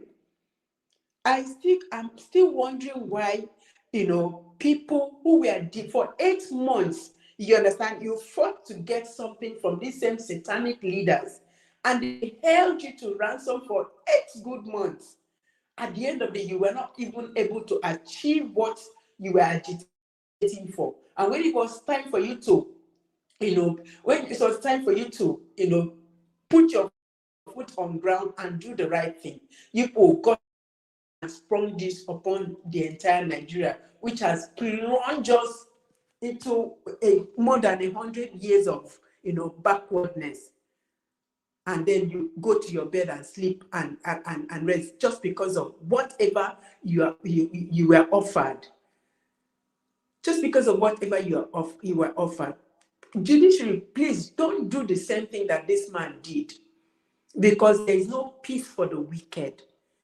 You have every right to do the right thing. I don't even understand why the same 25% that were interpreted, I didn't interpret it, you people interpreted it before now, should be an issue. It shouldn't be an issue. I think there's something much more than 25%, that is holding people back, that is making people not to do the right thing. What kind of wickedness is this? What kind of wickedness is this? I am praying that, at least out of the number of people, one person should say no. And that one person that will say no, let's see how the rest will come and, spring this wickedness on us again. We say there is no rerun. It was a clear-cut winning. There's no rerun. Give us our mandate. We are waiting for it. We are patiently waited for it. We are patiently, people came and showed you why it's been his his mandate. You should give it to him without any negotiation, without any enough of this drama. Except people are not Nigerians, and you're not feeling what we are feeling. Because when it implodes, it's going to affect everybody. Even if you run to wherever you run to, it will still affect you one way or the other, because it definitely will not pack all your family members where you want to go to. So do the right thing. All eyes on judiciary. All eyes on judiciary. Thank you so very much, Mr. Elvis. I yield here.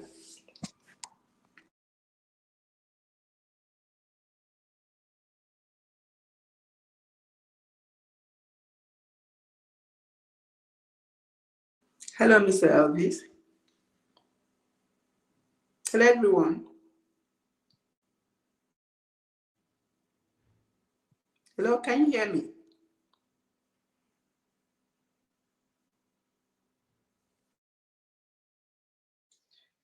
Yes, we can hear you. I think maybe Mr. Elvis, maybe I just step away.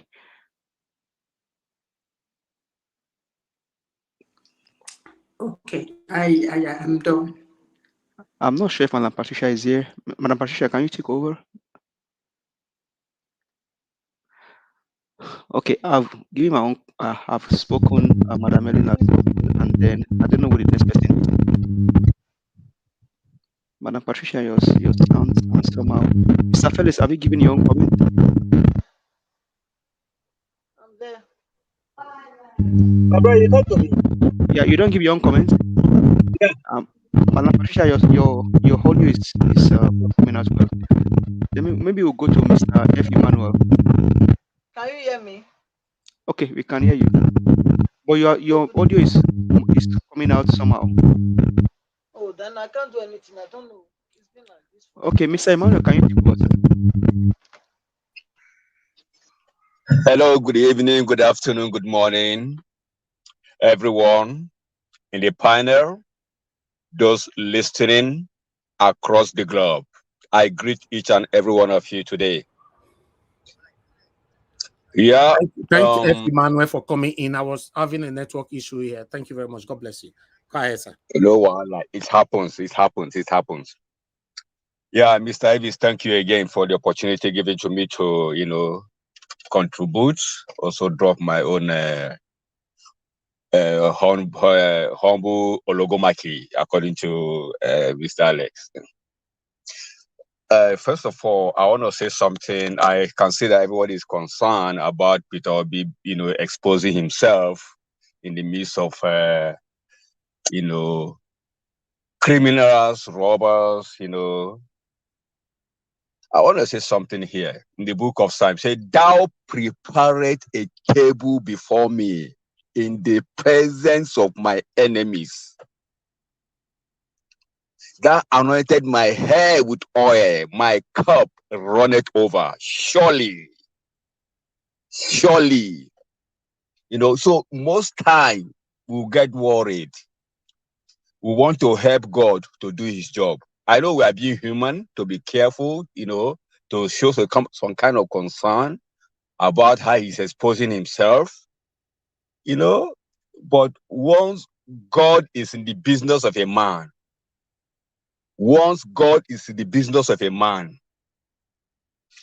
say the watcher watched but in vain. Once God is in charge,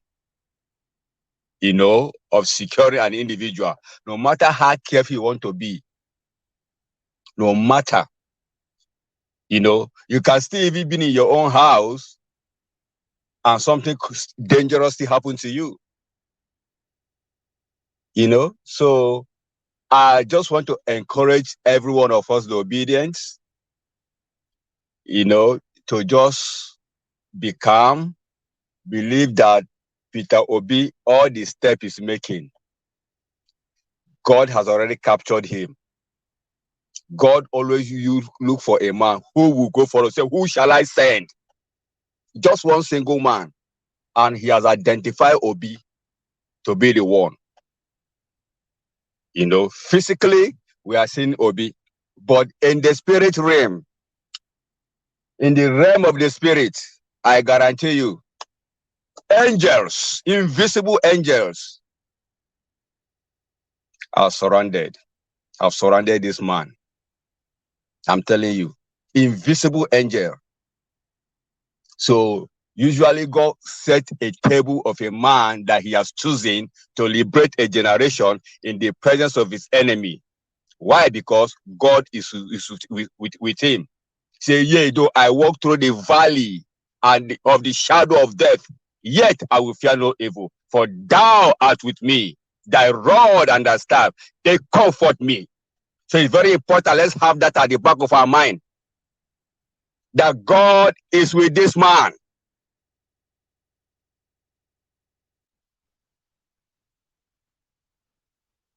Except God look over the city. The watchman watch, but in vain. Abacha with all the army and all the guards in Aso Rock, yet death, Mr. Death still walk past. So let's not be worried. Let's not be worried. He can even have all the security around him. Yet, if God's hand is not there, anything can still happen. Don't forget that former U.S. president that was shot. I think JF Kennedy also.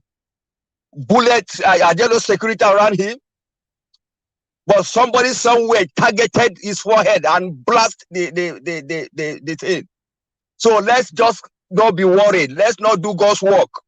God knows where he comes in every man's life.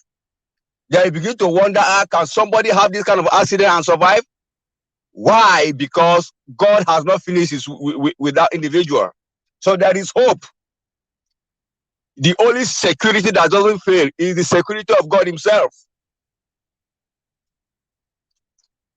So I just want to encourage all of us, especially all of us in the panel that have called, that has contributed, is just being human to have a concern of what is happening and the enemies around. I understand that, which is good.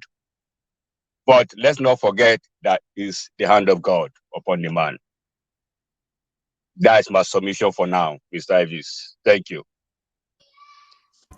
All right, thank you very much, Mr. F. Emmanuel. God bless you, sir. God, thank you very much. Madam Helen, earlier on, thank you very much. May God bless you all. Yes, sometimes it happens like that. Maybe I'm on call or facing network issue, but whenever it happens like that, please, somebody else should just move on, and allocate the session to another person. May God bless you all. A couple of I have 1 or 2 person that super chatted me. I just want to appreciate you. Madam Bella Naomi, thank you very much once again. Pretty EJ, thank you very much for a super chat. J Inkem, thank you very much for a super chat. May God bless you. Selga Elvis, you are blessed and Nigerians are proud of you. Thank you very much. I'm proud of you too for acknowledging my work and for encouraging it as well. Thank you, my people. Please press on the like button, help us to share and support us. Press on the $ as well. So I'd like to call on the next person quickly to speak to us. Sorry, can Yes, you hear me, sir? Yeah, go ahead, sir. I just want to say something right quick. Wonderful submission by all of our panelists and then Mr. F. Emmanuel. But I just want to draw some, I want us to actually probably reason together. In Yoruba, they said, you call yourself Folorunso and you take the leaf of banana to climb a palm wine tree. ó pèrè ní fọlọ́runṣọ́ òun fi igi òun fi ewé ọ̀gẹ̀dẹ̀ gun ọ̀pẹ. You call yourself that means you call yourself the one that God is protecting, and then you carry banana leaf. They go climb a palm wine tree. Say you want go tap palm wine, that person will break him back. Now, Jesus Christ, when he was born, it was God himself that appeared to the mother and the father. Particularly the father said, take this child out of this city because the enemy is about to destroy him. When Saul was seeking the life of David, David did not go to Saul and say, oh, so Saul, I don't arrive, oh, see me, see my chest. You cannot do me anything. There comes in a man's life that even Jesus Christ himself, as the author and the creator, there are some times that he will withdraw into a solitary place to go take some refreshment.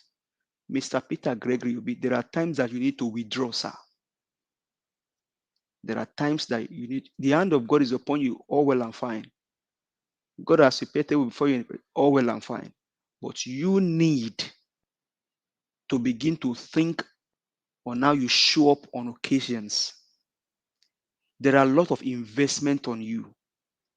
And so I'm a spiritual person. I go to church, I study the Bible, but I will not say because I study the Bible and then because I know that as Psalm 139 from verse 1 said that in a place, it said, the right hand of God is upon me. I will now say, okay, oh, the hand of God is upon me. I want to go carry bleach where my enemy don't put inside some black soup. Say, make I eat. I can't go eat them. It's just a call for him to be careful.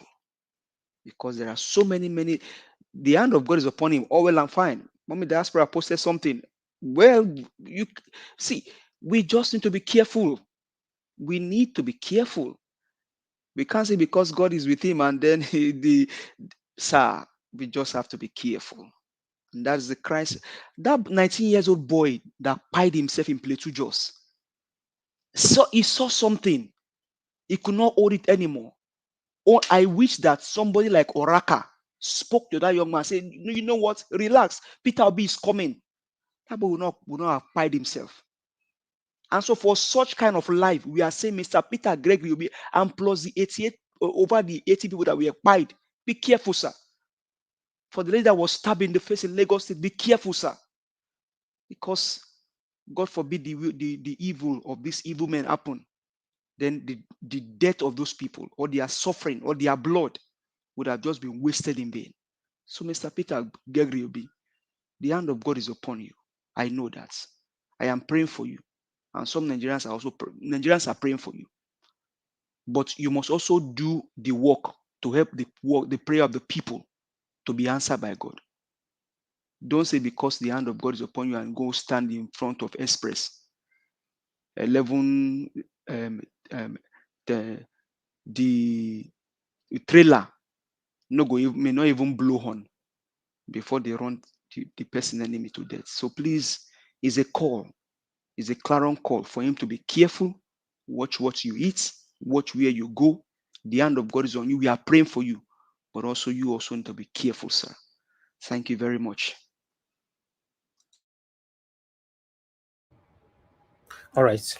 God bless you. Give us a mandate. Yes, you see, to be honest, even with what Mommy Diaspora wrote right now and your submission all are aligning. To be honest, for me, I don't really want to talk much on this, but I want Mr. Peter Obi to know, as my big sister said earlier on, love of God is my strength, that Peter Obi now my investment. Yes, for me, Peter Obi now my investment too, because if you not check with me, they do for a year since April. Till now, I dey come out every day. Now, Peter Obi na my investment. Nobody pay me money for secret. Say, take money, go campaign for us. Take money, use your channel, take work for us. No. Now, because say I know, say if we get better government, we get better leader. Me myself, if I invest just 2 million naira for Nigeria, I go fit make 50 million naira from her. Yes, but the way the government, the country they go, so if you invest 50 million naira, you not go fit gain 10 million naira out of it, because nothing they work for this country. Yes, Peter Obi na my own investment, and I believe say Peter Obi na many people investment. Oga Peter Obi, we understand, say, everybody get how they take day, how everybody take the waka, but we will get them for back of my say, now one life now we get. I like that your word, Mr. Elvis. Everybody know how they take day. I like that word. Yes, now everybody get the way they take day, you know, but we'll get them for my say, you know, now only one life now we get. You know, God forbid bad thing. Guys, you are well tested. You know, you understand, my brother. So at the end of the day, me anything not happen, it don't finish. Oh, it don't finish. You'll be like, say, as me your be now. See, say I go to follow one dance from one dance to another, one dance to another. You know, as one man called that day, they thought say, Egwangbe, we go meet for Nigeria, go meet for. I don't understand. So what did they happen? Egwangbe me say, not talk too much, not talk too much. What are you talking about? What of my brother? Person come here, come talk that one. I not there that day. Yesterday. Just yesterday. Just call. He never ever call. What happened? He never ever call. If they born away, if you get the person number, may you send that to me. If I go bongo, may you come meet me. The person never ever call our channel before. You know say I talk what that they say. Who come up for us say you want to go break person head? He don't leave here for us. He just call. He just call and say, my brother, not to talk. I be elderly man, not to talk. I go meet you for Nigeria. You did Nigeria, okay, we'll meet, not to talk. You get what I want to tell you. What are you talking about? Egwangbe. Voila. Listen, guys, if you fear, say you see the truth, you don't want to talk. I'll continue to remind you guys. Say, that's the day where you see the truth before you. Many of them, they don't talk. And as they speak, so many of them don't they see fit. They see truth. They not talk. Because they say me they not fall for trouble or me they not die. But as me and you they talk, so many of them don't they see fit. Another thing can't kill them.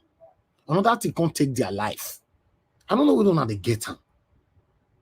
You say may point A not take your life. But you forget say point A if you give birth to point B, C, D, and go and many others. Listen, guys, just say it how it is. Don't lie against people. Say it how it is. There's nothing wrong you telling the government to do the right thing. There's nothing wrong you telling the government that we are tired of suffering. There's nothing wrong you telling the government that they are satanic. Obviously, they are.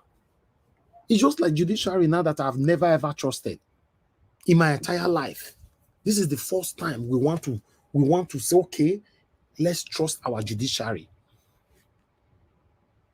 This is the first time they have the opportunity now to win the trust of the public trust.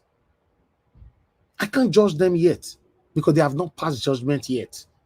I'll continue to stick with my normal saying, do the right thing. Because if you don't do the right thing, I don't have the power to control the reactions that will come out of the people. On my platform, yes, I can control them. No, not talk this one here or not talk this one here, but outside my platform, I don't have the power. Just do the right thing. We can't continue like this. It's not working. You are sharing 5 billion naira to each state for palliative. When you and I know that this palliative, the money that will give out of that 5 billion each state will not be up to 100 million.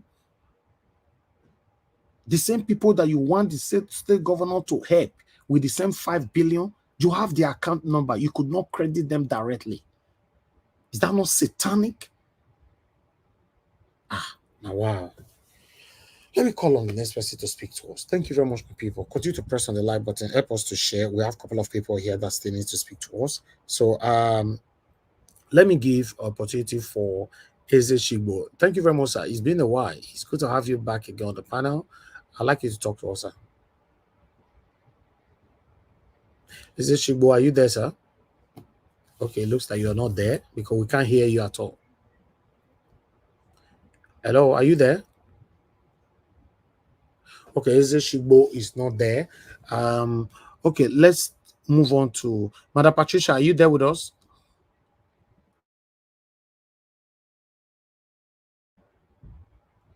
Okay, even Madam Patricia, you are not there. I am, Mr. Elvis. Madam Patricia. Can you hear me? Yes. We can't hear you. Can you hear me? You can. What's I that? don't know what's wrong. I don't know. I don't know. So let somebody else speak. Thank you. All right. Thank you. Thank you very much. All right. I can't hear anything. All right. I think everybody on the panel have spoken, you know. I'll take calls right now. So for those of you that wanted to call in before I pass the second round to the people right there, you can call in right away now. You know, let me pick 3 calls and we can take it from there. You know, let me put the number right there on the screen. Okay, that's the number right there. And for some of you that will be calling in, OJ now you'll be calling in soon, so I'll call you quickly back. If you know you're listening to me, quickly pick your call so that we can take it from here. Okay, you are not picking OJ now. Sorry, I have to pick another call because other people are already calling. I wanted to return your call. Okay, Madam Omomi, thank you very much, Madam. Can you hear me? Madam Omomi, can you hear me? Yes, good evening, Mr. Niger. Good evening, madam. Thank you very much. Good evening to you. I Please greet talk to us. all panelists. Well done, Mr. Elvis. Thank you, ma'am. For giving us a platform to lend our voices. Well done, my brother. It's not an easy job all these days, over 1 year. We will not labor in vain in the mighty name of Jesus. Amen. Now, our PO, as we said, it is just a clarion call. The Bible says we should watch and pray. We have prayed and God has answered us. We know there is a spiritual backing for him, but at the same time, we are just calling him to notice he should just be careful, and the Spirit of God will not leave him. We should not forget that these people we are dealing with, they are satanic, and the life of any human being does not matter to them. They don't care, especially that man, Agbado Tinubu. I've never seen any human being that is as wicked as this man. Satanic, devilish. I don't even know what other definition to define him. That is one. Let's go to the delay in the judgment. You see, they were given Agbado time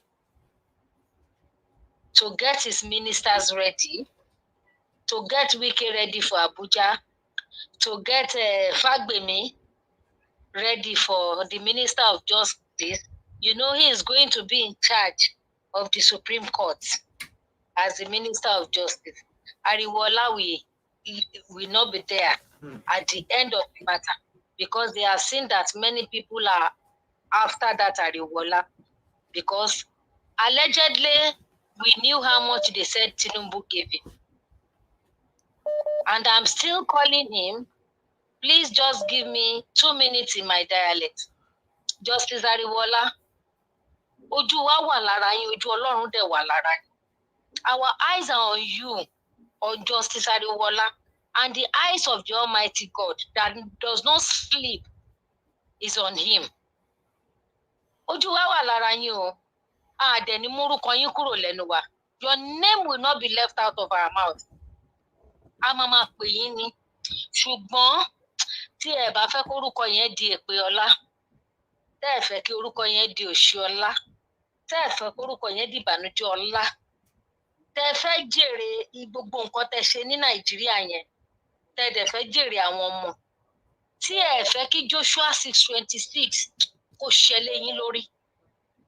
APC, ìjọba tí Ọlọ́run ò lọ́wọ́ sí ni.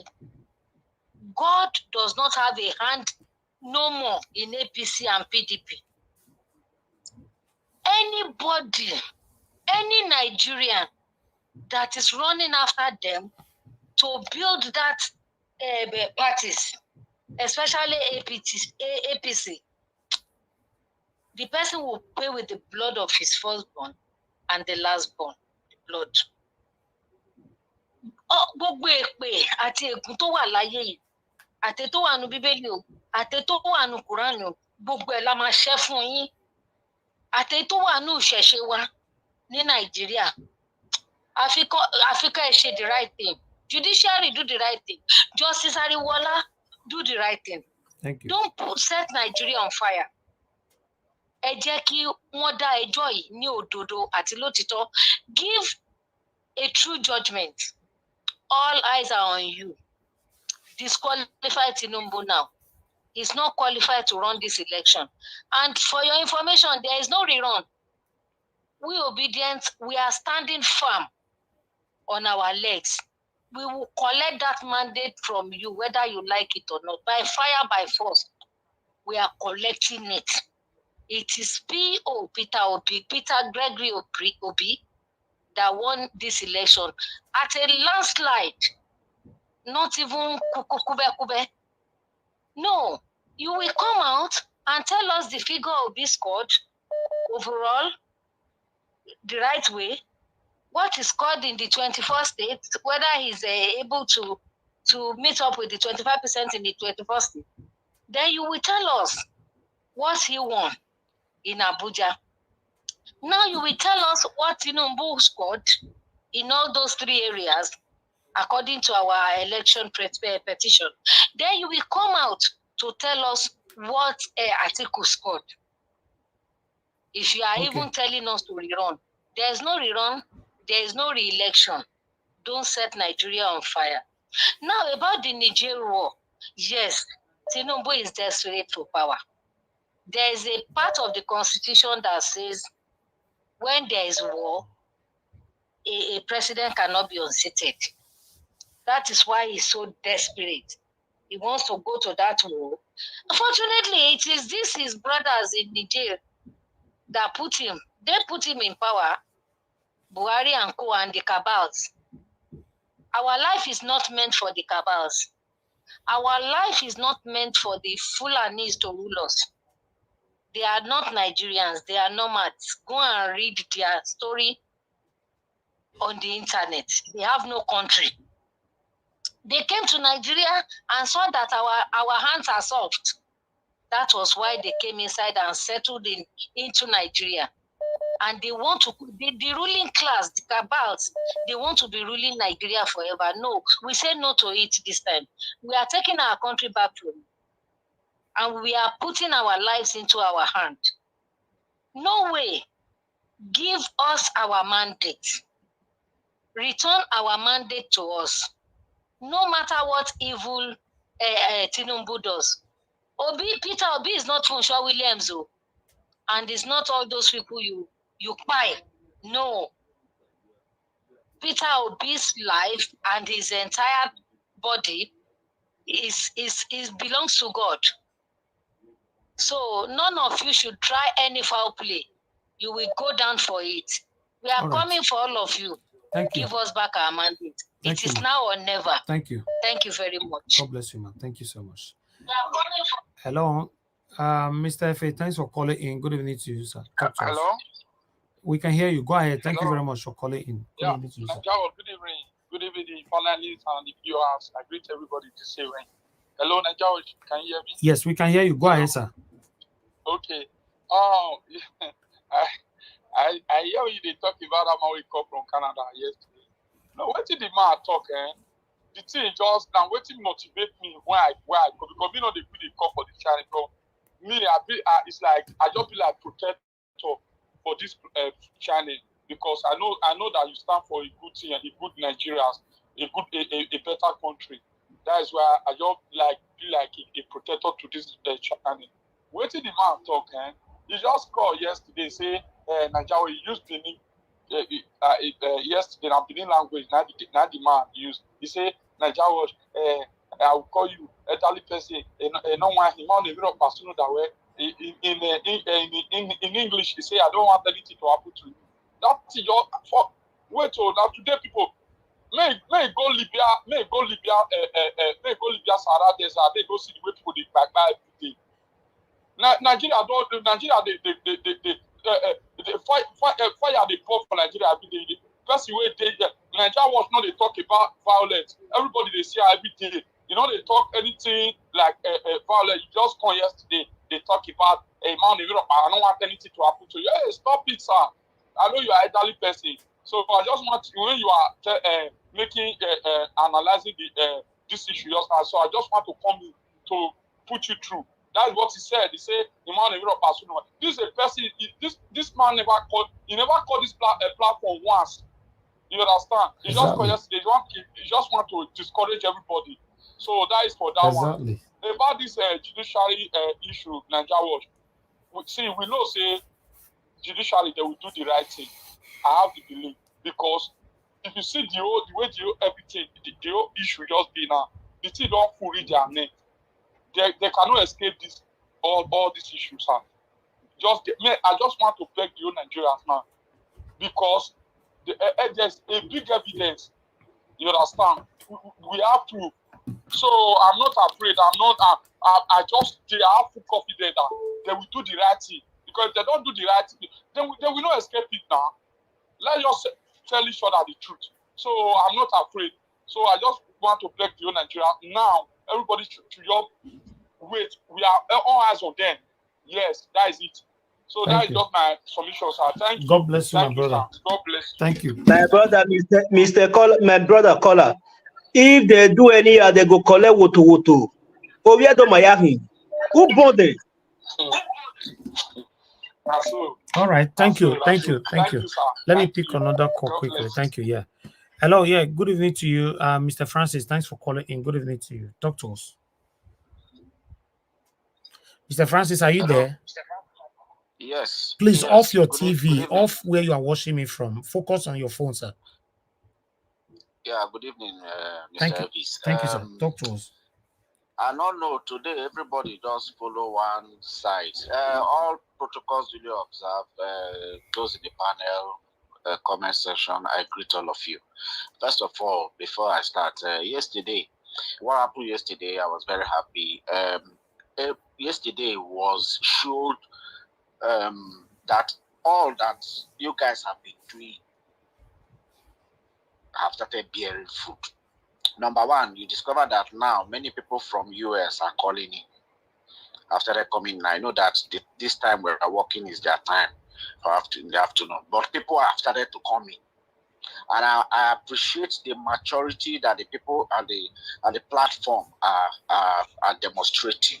That people now talk, you guys chip in, you guys support them. Now today, the lady came with Peter Obi, don't associate with these people. You care for your life. Everybody follow that trend. Me, I don't want to follow that trend. I appreciate what all of you are saying. Yes, it's right. You need to be careful. The man knows that he needs to be careful. But not be every head that they touch. Not be every head that they touch. And that brother will call say, person will say won't go cut person head. He not carry a head, go try the cutting. So not be every head that they touch. That's one. Number two. Na me talk at the panel. Yeah. Yes, yeah. So if these people won't cut the head, they're not carrying their head, call. So no fear. But we have to be careful. We have to apply wisdom. I totally agree and submit.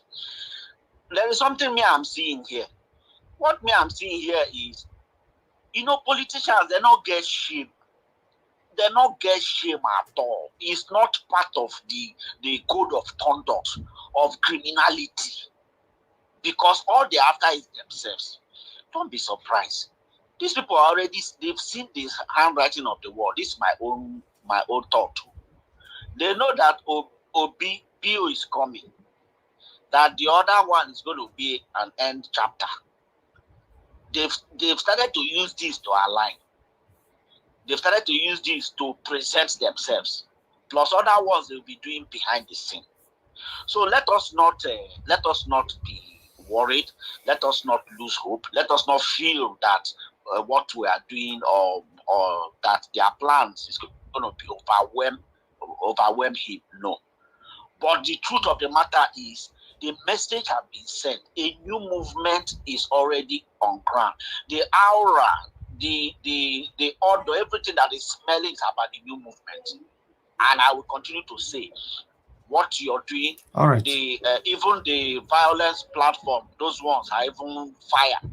But what we are doing is more mature and is bringing in everybody. Let us not lose hope. Me, I'm learning so much from you guys, and I encourage you to keep it up. God bless all of you. God bless you, sir. Thank you Thank you very very much. much. Thank you. Thank you. All right. You see, on this platform, everybody entitled to their opinion. Yes, everybody can give their opinion, but we shouldn't attack anybody's opinion. You know, that's fine. We just want the safety of our principal, Mr. Peter Obi. That's all we want. And that's why we are here. Because a lot of us are hoping on this man. You know, because Nigeria don't finish. Pata, pata, pata, pata, pata, pata. Meanwhile, thank you very much, Mike. Let me come back to the panel.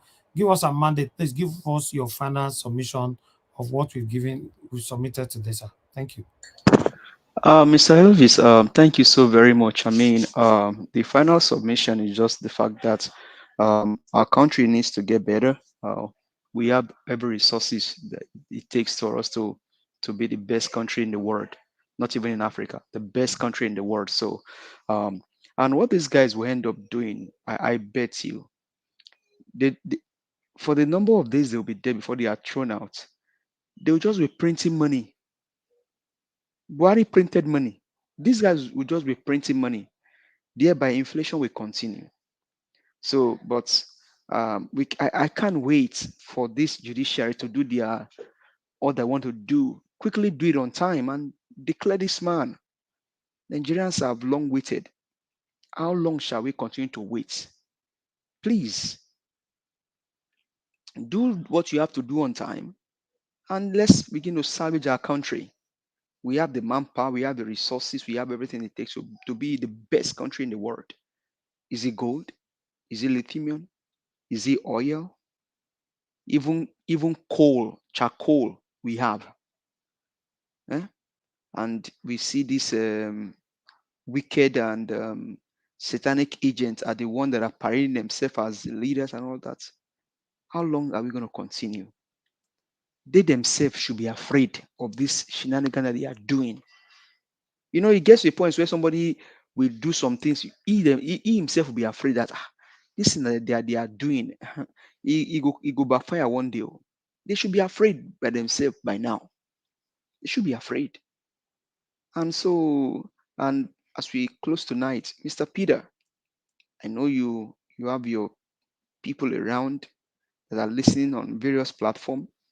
What we have agreed on tonight is that the fact that the hand of God is upon you does not mean that you have to relax. Don't relax your wall. Please do not relax. Nigerians have invested so much on you. You told us that we need to give shishi. And people took that message, they ran with it. People brought money, people brought food, people brought everything just to ensure that the election was won. We won the election. We went, we saw, and we conquer. We won the election on a landslide. On this platform, we are watching from all over the world. Our votes were being cast in Benin, in Abuja, in Lagos, all over the places. You won the election. We won the election. And so, please, sir, be careful where you go. Be careful what you eat. Be careful how you parade yourself around these satanic agents. These guys, if 88 people can be pied in an election and a 19 years old boy pied himself in Plateau, these ones, they don't care. They don't care to break the pot, throw away the red oil, even stand on the red oil. But we are very sure that the same gallows that Haman dug for Mordecai, Haman was the one that was hanged on it. So whatever gallows Tunumbu and his agents are trying to dig, now their head now go hand up for that gallows because we will take Nigeria back from them and we'll put their head on that same gallows that they have dug. We continue to pray for you and your family. Nigeria will get better nowadays. And to Ireti Kingibe, I call on you again tonight. Ever since Akpabio said he sent you prayer, whether he sent you prayer or he sent you money, we don't know which one you get. Madam Ireti Kingibe, the senator representing Abuja, come out and tell us. Come to Niger Watch platform and tell us, did you get prayer email, or you get the alerts? We want to know because it was on Mr. Peter Gregory Obi's credibility and integrity that you rode and became a senator. So Ireti Kingibe and other senator on LP platform in the house, We want to really know if Akpabio sent you guys prayer or he sent you guys money.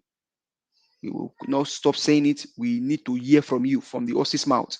Because now, 9 days for inside that house, when Akpabio say, in sending a prayer, whether a prayer in send for na, I been the real cash na in send.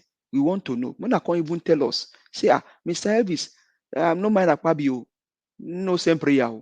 Now direct deposit na in send, and this is the amount. So we could begin to put our country for better sphere. Don't just sit down there, put your hand for your cheeks as they do all of those shenanigans. You say they follow them, they do them. Because many Nigerians inside rain for Abuja, they voted for you. You're taking Ibe. You parade yourself around the Maisha Buhari. And now, Akpabio saying send you prayer. Which kind of prayer here Akpabio they sent for you? We never, you know, if you can't tell us since all this, they say now, Akpabio, you know, send me prayer. Now money 90 clerk send me. Either na money or na prayer, either taking Ibe and others. Me, I won't know. And I go to talk every day where I get the breath to be on this platform. Until I hear from you guys' mouth, I will not stop saying it. Ireti and others. I will go ahead and look for the name of other LP senator in the house. I'll begin to call on a name. I will begin to tutorial on a name until you now tell me whether I pray or I get a been an email. Thank you, Mr. Elvis. Have a blessed weekend. Enjoy your service in church tomorrow. To all many Nigerians on the comment section, Mommy Diaspora, Madam Patricia, and others, greetings to everyone. My brother, Mr. F. Emmanuel, you know, say, now only when I be your bully, so I like you very much, and I will always they look for you. Thank you. Have a blessed day, people.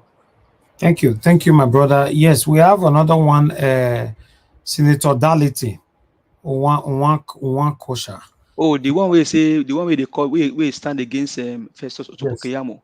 Yes. Well, I even believe that talent himself, he just play Nigerians, because at the end of it all, Festus become become a minister now.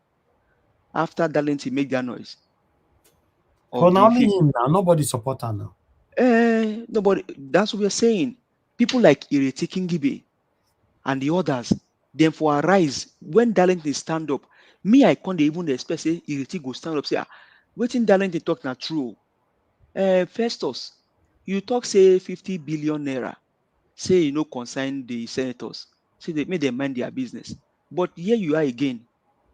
Can you just explain to us when they say make them go inside the secret recess to talk about deliberate about the matter? People like Ireti Kingibo said, no, we are not going into secret house. Let us say it in the eyes of Nigeria. Let Nigerians know what happened. But you know these people, I won't believe say they never buy them. Ireti, Darlington, and others. We go to torchlight una as una dey for that house. Una must do better for Nigeria, because our principal na man of integrity, and na for him own credibility and integrity. Now na ride become senator. Do the best for Nigeria. Do the best. Thank you very much. All right, thank you, my brother. God bless you. All right, before I come back to, I have 2 new people that just joined us right now. Okay, and let me give opportunity for F. Emmanuel. Do you want to speak now?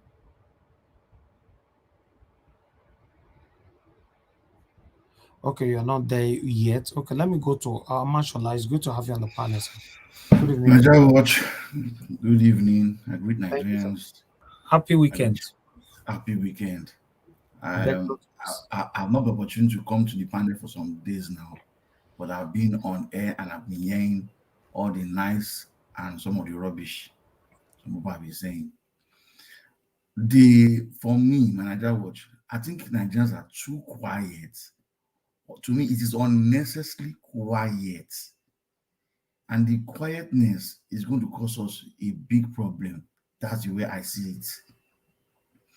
Being quiet and waiting for the judiciary to make their decision that most of us already have in the back of our mind. People put billboard. Tinubu is bringing what he did in Lagos gradually to the federal government. People put billboard. Billboard is this is what I feel. This is what my society feels, and we'll put it on the billboard, and you pull it down.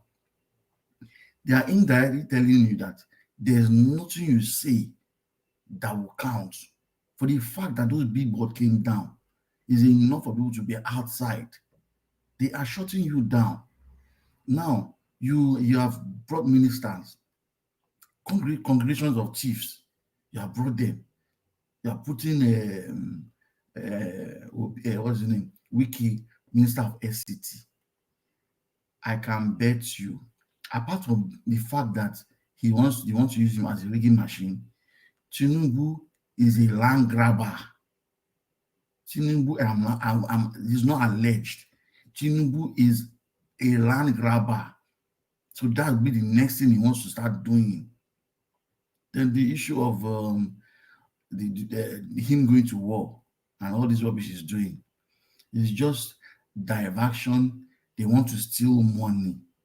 Nigerian army, I'm just surprised that by now you are still listening to this crook, a man that is obvious that is not qualified.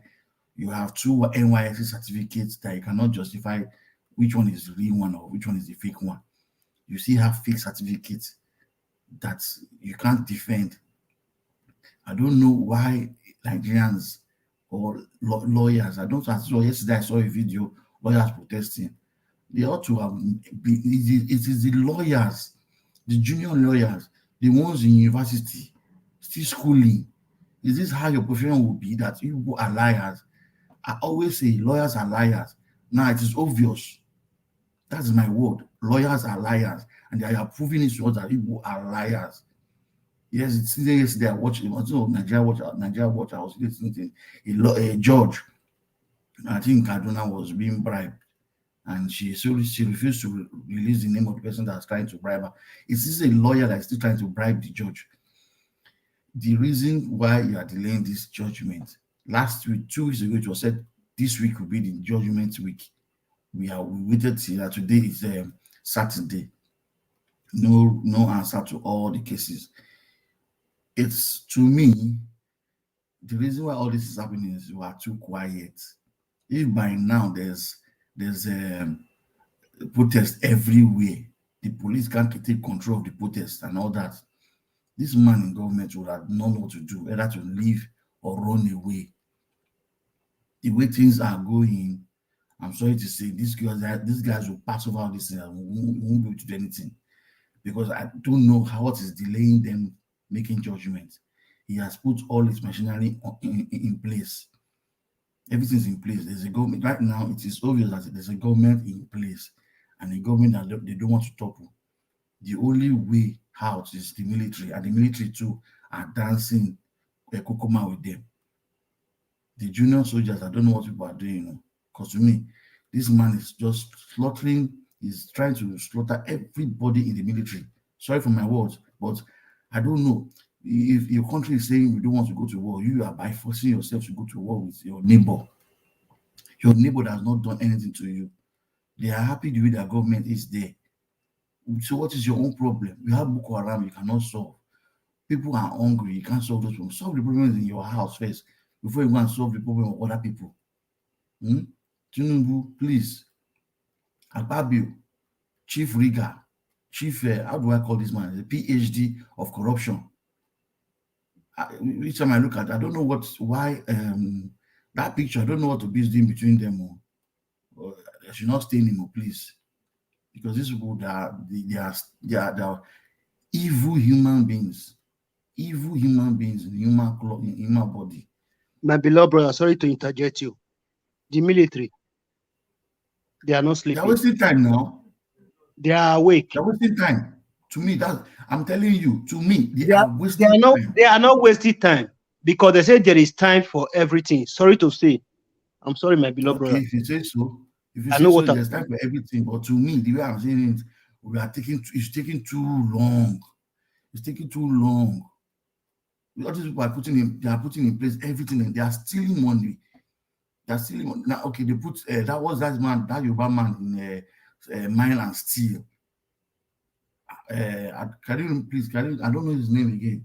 That Yoruba man that is always there with him, with Tinubu. He's mine and steel. That is Dele Alake. Yes.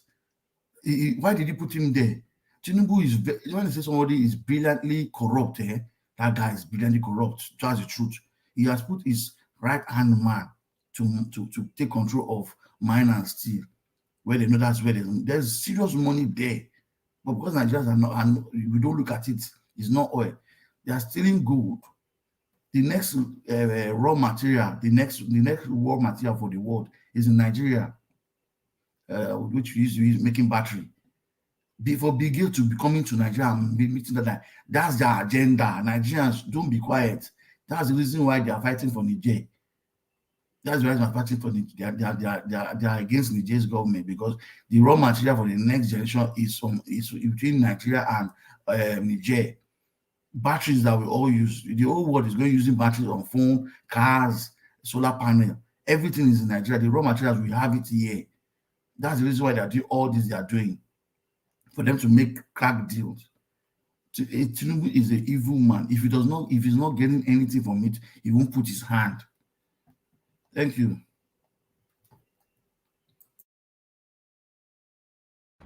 All right, mashallah, my brother, thank you very much. Yes, for me, you can't really blame the people for now, because you can't expect people to run under their shadow. We are waiting for the judiciary to pass a judgment. Then you cannot start doing anything while you are waiting for the judiciary. So, I believe the reason why a lot of people are patiently waiting right now,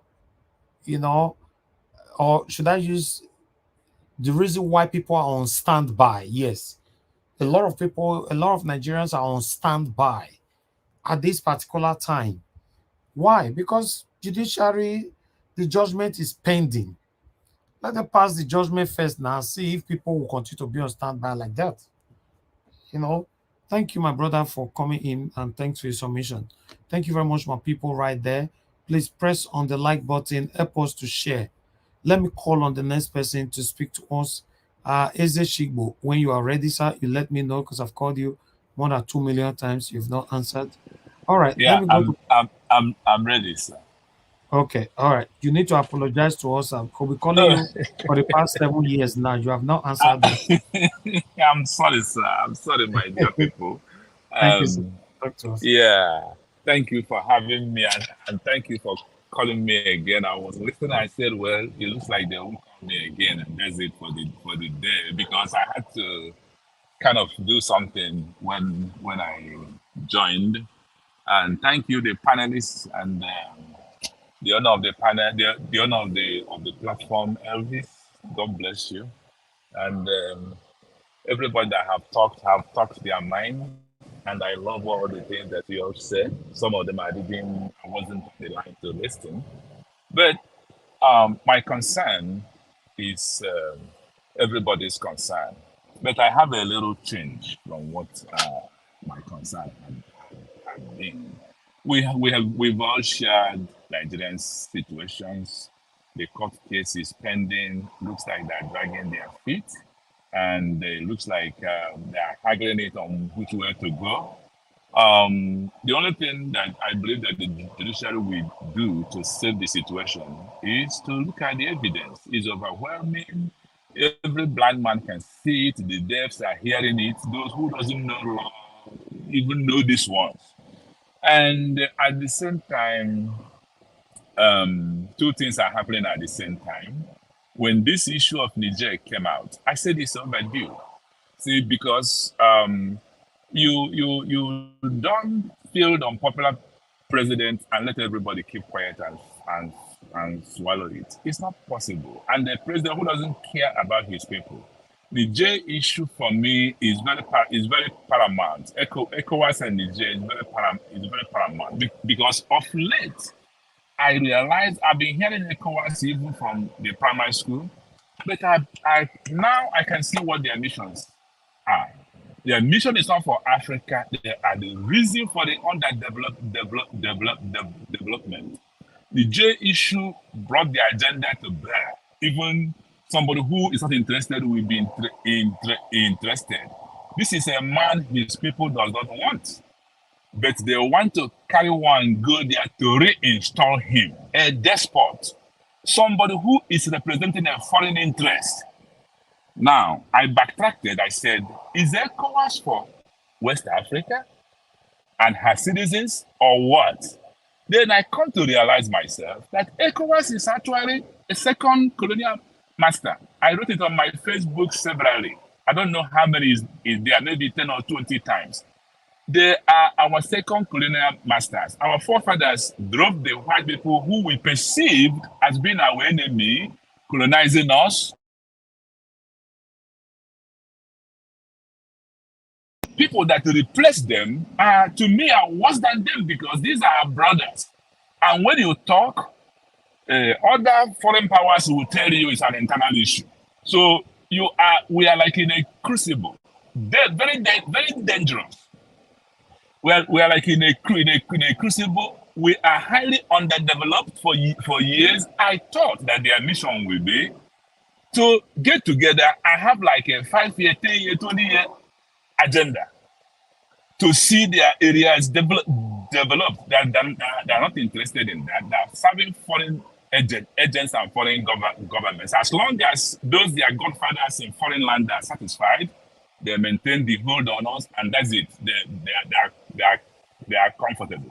They have never taxed any of the member state leaders or the presidents for good governance. They never complained when people are complaining. They never supported the people. I think we have so many wars in our front to fight. I'm not afraid if Nigerian army is going there or Tinubu or Nigeria is going to Niger. I'm not going to fight. If the military allow him and keep quiet, that's the major failure.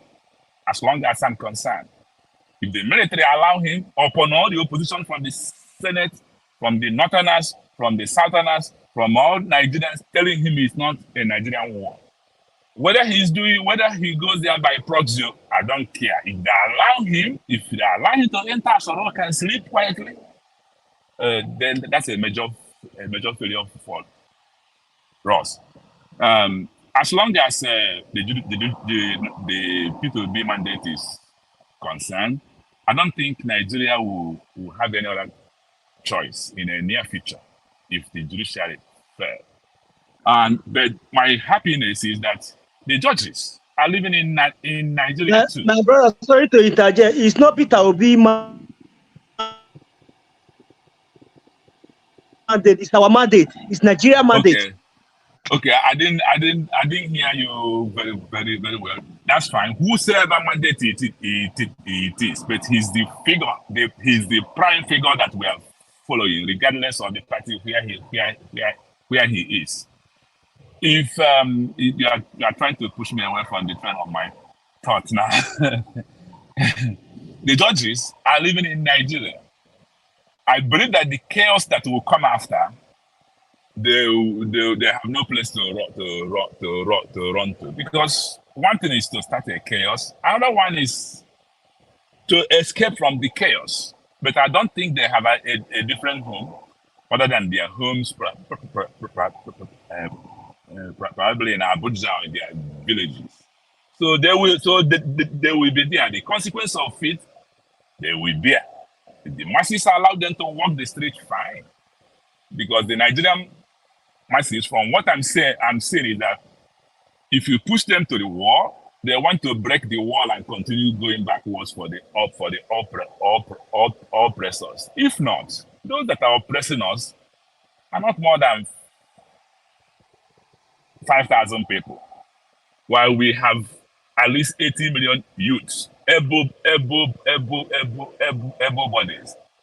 I don't know what they're doing, but I will stop there. Thank you very much. God bless everybody, and I'm happy to be in the platform today after a long while. Thank you, Ezeshibo. God bless you, sir. It's good to have you on the panel as well. Thank you. Make una press on the like button. Might go check these likes before I call on the next person. We currently have 431. Before we round up, we're already 4 hours long here. So at least let's say we're still gonna be here for the next 30 minutes or 1 hour. Let's take these likes at least to a minimum 500. You know, minimum 500 is not bad. Thank you very much, people. God bless you all. Okay, let me call on P-Soft. It's good to have you on the panel, sir. Good evening to you. Please talk to us, sir. Hi, Abis, good day, and the panelists, Thank you, sir. the listener, the hearer.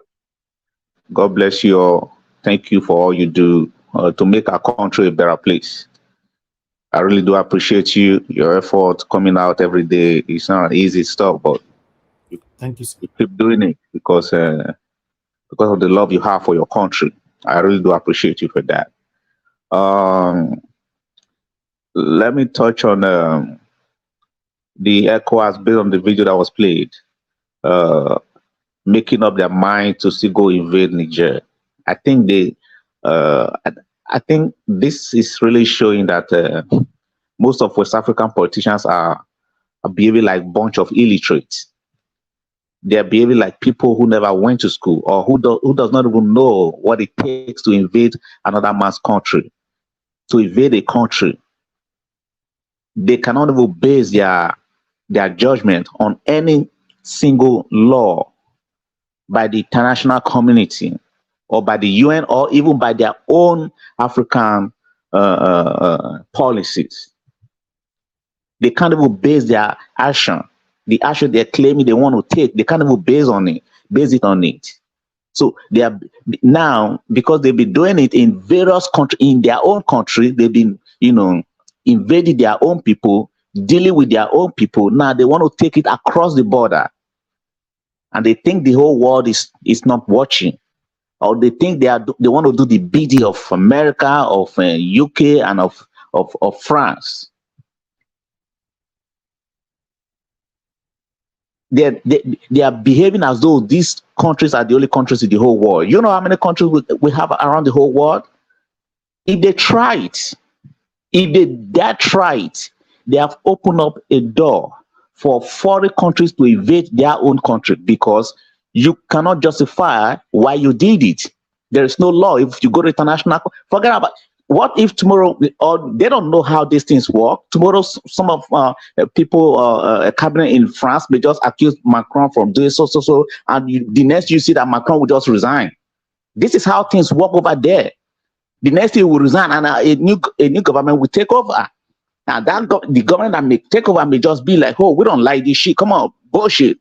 And then they will bring every one of you to book. Then you would have been thinking, oh, you were doing it for them. Our leaders are behaving like people who are not smart, who cannot even think. You want to go invade another man's country? That's their internal problem. What's your business with their internal problem? You can only negotiate it.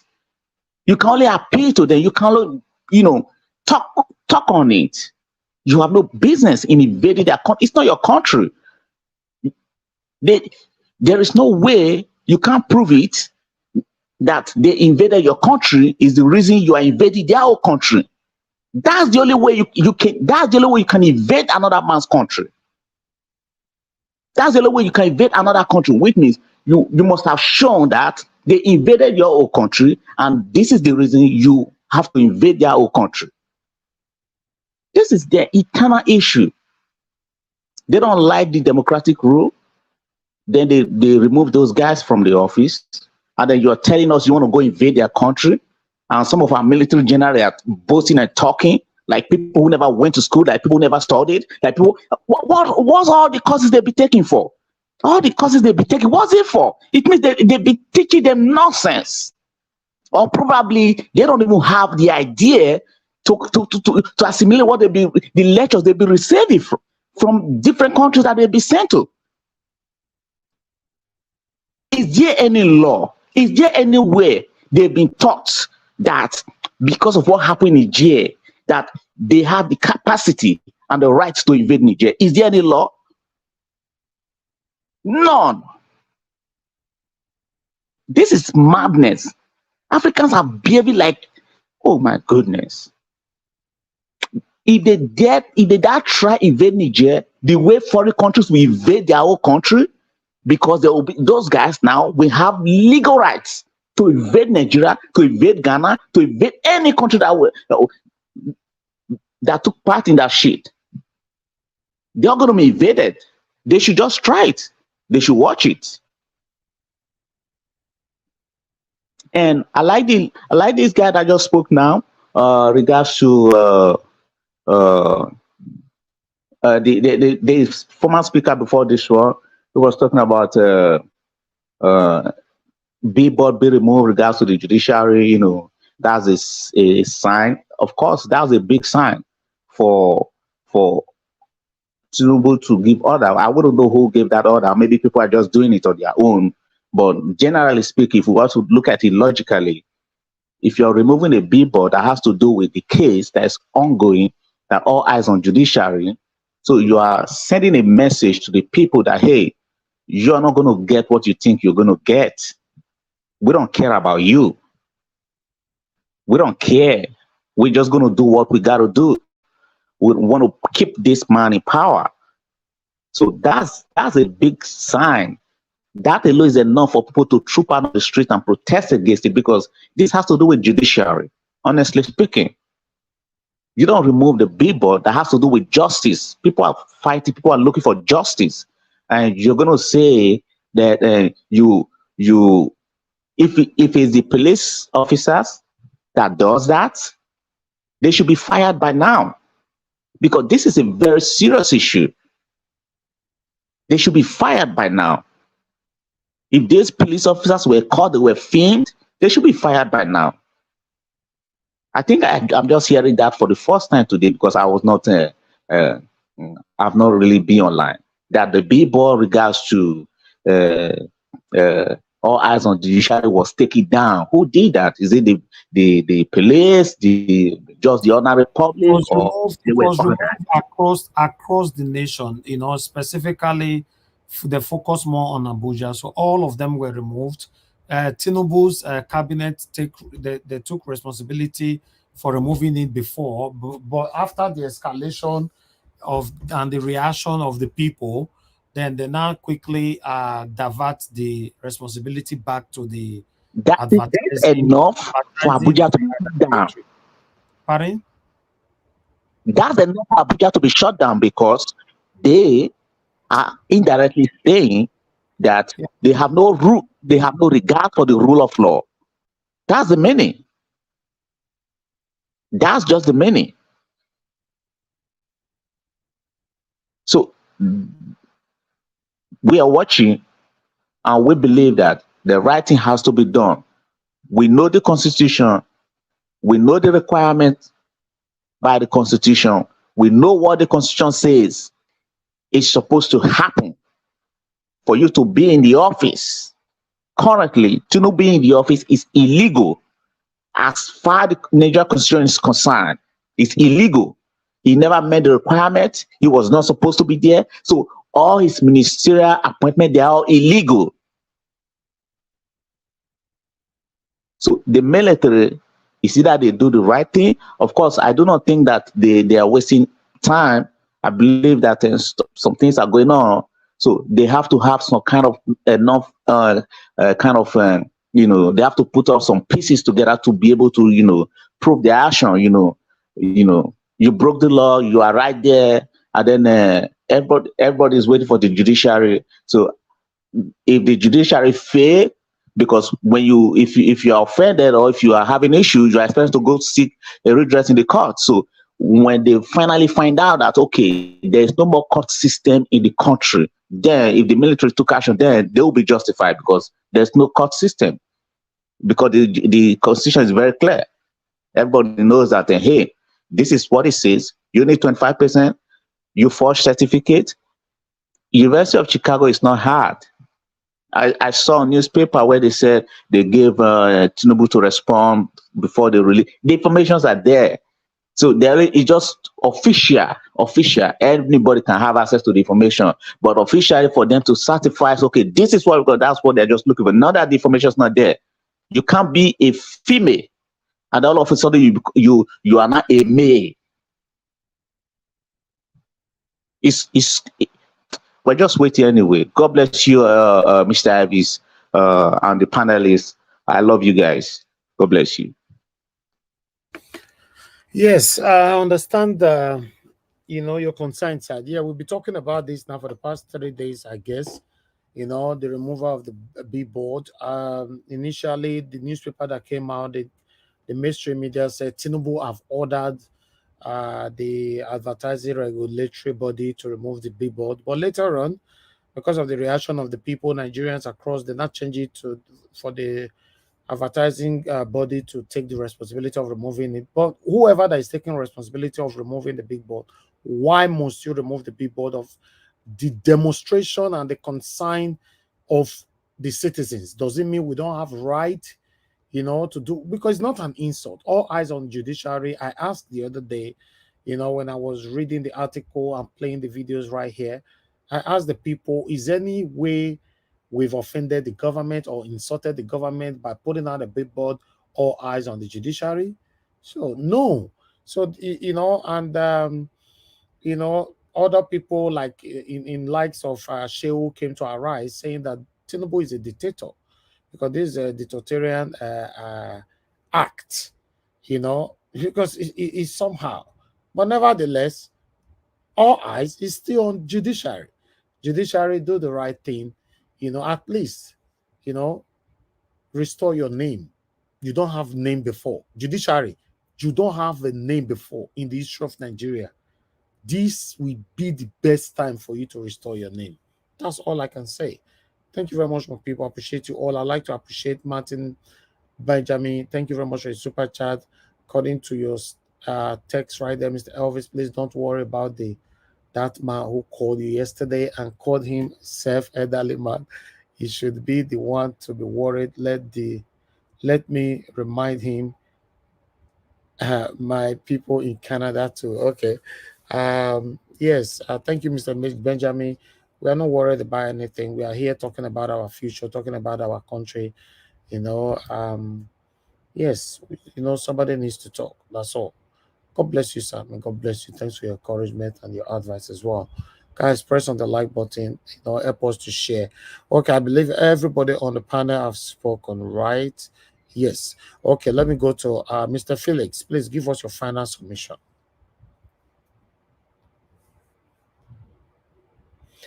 Mr. Felix, are you there? Okay, you're not there right now. That's fine. Give us a mandate already. Give us a final submission. So let me go to Amashala. Amashala, sir, give us your final submission. God bless you, sir. My final submission right now is since we have all been patient and it's obvious and Nigerians are patient, we shall be patient for the judiciary to give us their results after all the panel have sat and all the evidence they have. We only pray that they will do the right thing. We are not begging you. You are human beings. Unless the judges don't go to the same market Nigerians are going, they don't buy fuel, they should do the wrong thing then. Thank you. Thank you. Mashallah. God bless you, sir. Appreciate you. Thank you. All right. Let me come to Shigbo. If you're still there, just give us a final submission, sir.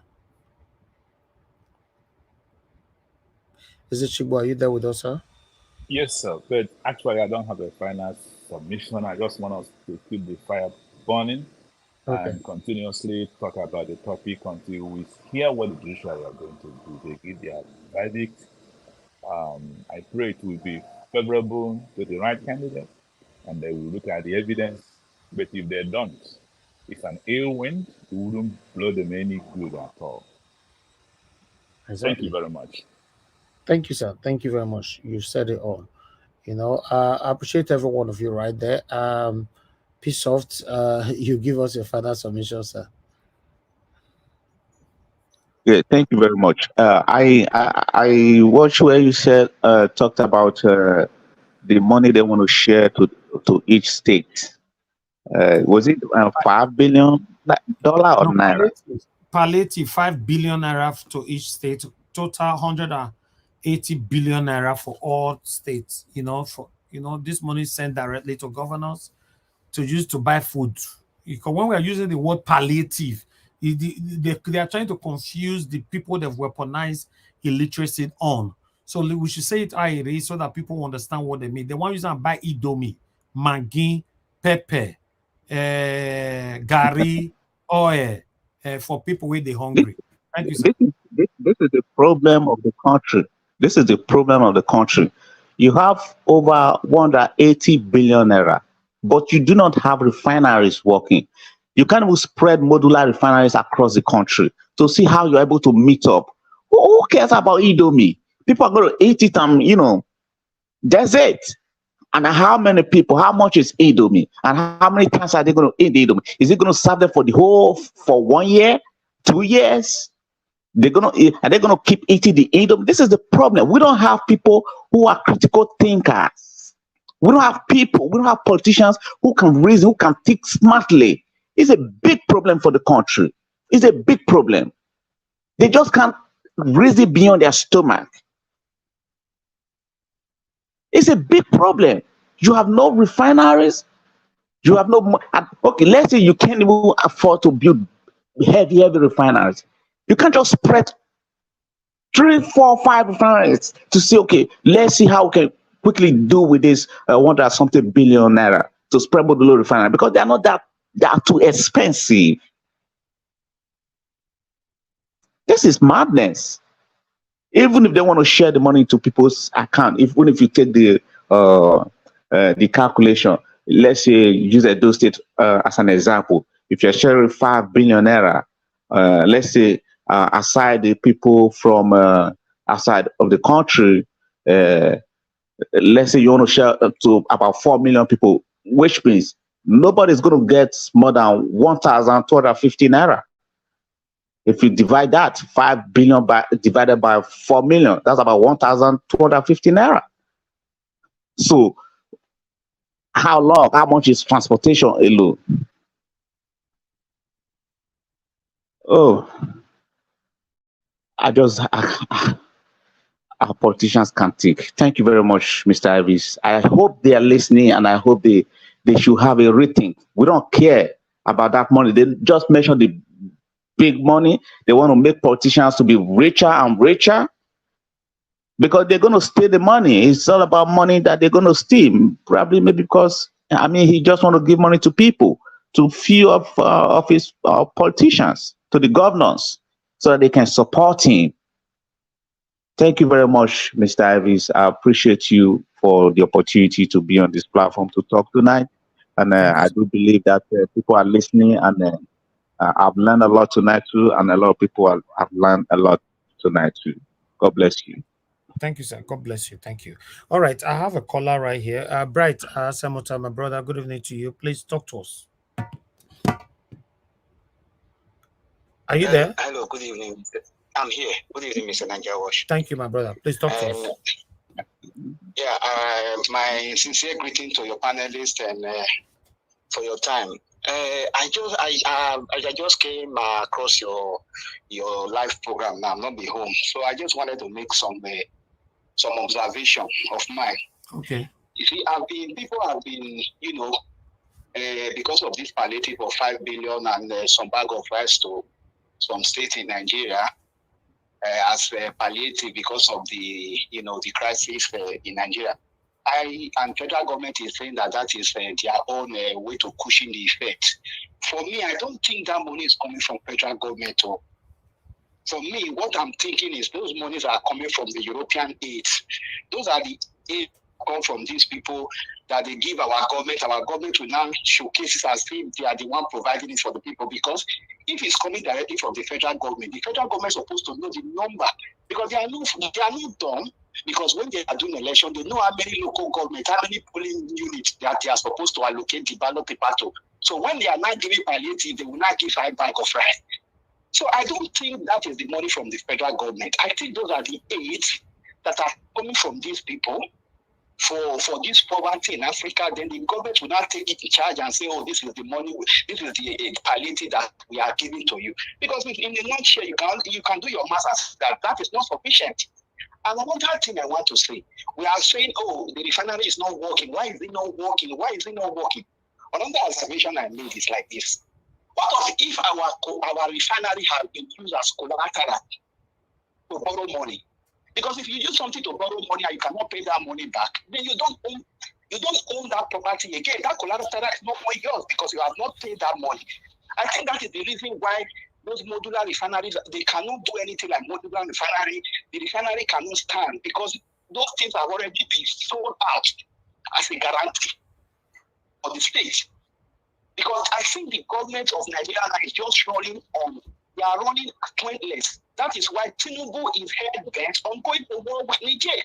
Because they have nothing on the table, because if they say to bow down to these Westerners, they cannot borrow money anywhere. They don't have any other place to go. Our refineries cannot work because everything is already sold out. Because if you look at it, just reason it, why is the refinery not working? They will just, when you say it, everybody will just divert away from it because the refinery is no more yours. It's no more your property.